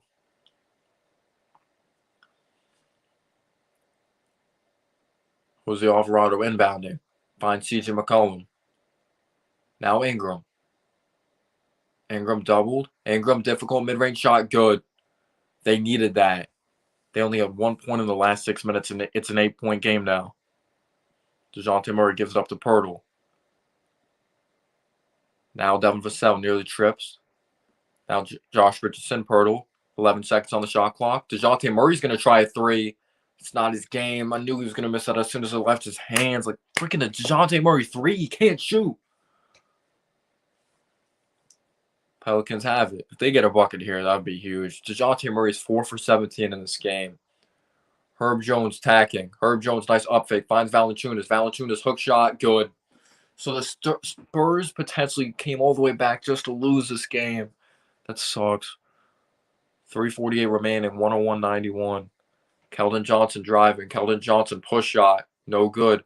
Oh, that comeback was all for nothing because they didn't score when it mattered. No timely buckets by the Spurs. That 19-1 run should have been even bigger. Shit. Oh, damn.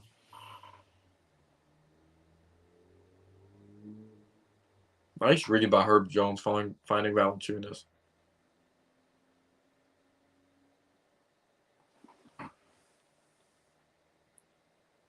And Brandon Ingram knocks down a jumper. This game's over. That's all we know. He's a knee sprain. I don't know anything else.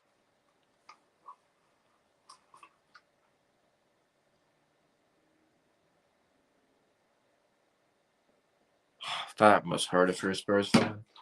Gotta be proud of the fight, but the way this ended.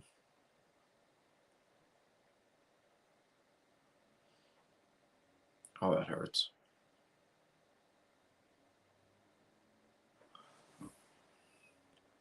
Yeah, I picked the Pelicans. I wanted the Spurs though to win.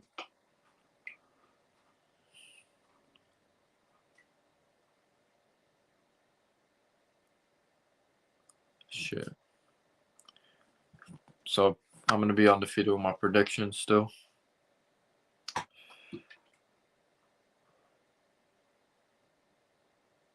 Damn. Because that was so awesome to see that Spurs comeback. At least they made it a game, but damn.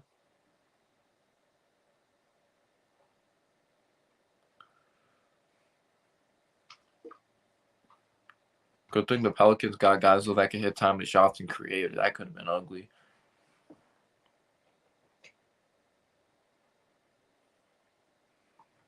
Manu Ginobili at the game.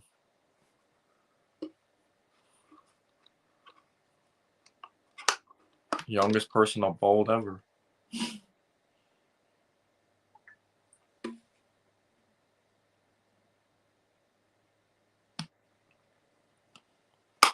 DeJounte Murray has it. He's double teamed. Gonna find Josh Richardson. Josh Richardson kicks out Murray. Murray 4 for 17.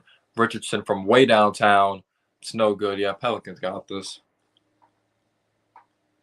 It's gonna get ugly now down the stretch. Ingram puts it between his legs. Probing, kicks out. Herb Jones not going to shoot the three. That was smart, taking time off the clock. 6 seconds. 5, 4. Ingram kicks out McCollum. McCollum driving, thriving. Scoop layup. No good. Valanciunas can tip it in. Spurs ball. Devin Vassell for 3. He puts it in. He's had one hell of a game. 20 points for Devin Vassell. 103-94. They got to string together stops, though. Jose Alvarado got it. Still got Pels by 5. McCollum has the top of the key. 5 seconds. McCollum driving. Layup. No good. Rebounded by the Spurs. May not be over. DeJounte Murray finds Keldon. Keldon works down the lane. Keldon layup. No good. But there's a foul. I don't know if it's going to be on the tip-in or I think it's going to be on. The foul's going to be Keldon driving to the basket. Keldon got to knock these down. I know he's like 77, 78%, but these are huge free throws. Thought that was clean, too. It's bad call.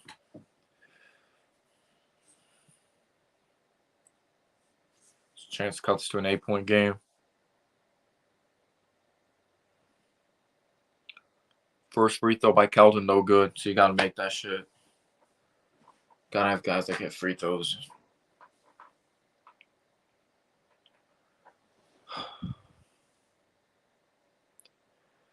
It's Kenny Atkinson. I believe he's still an assistant coach.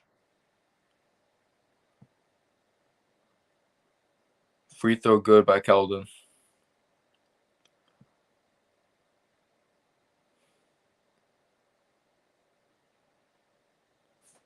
Jose Alvarado. He has it. He's going to give it up to Ingram. 10 seconds on the shot clock. Ingram drives down the lane. Layup is good. Right over Portal, utilizing his length and strength. That's a good question, though, man.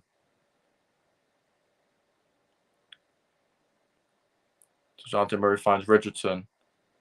Now kicks out Murray. I don't want him shooting. Like, he hasn't hit shit. Murray for 3. Yeah, he can't side the barn. Oh, my gosh. Oh.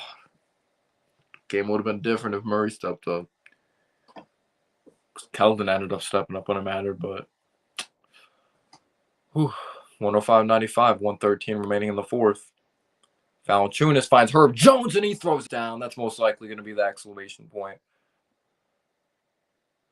Exclamation mark point.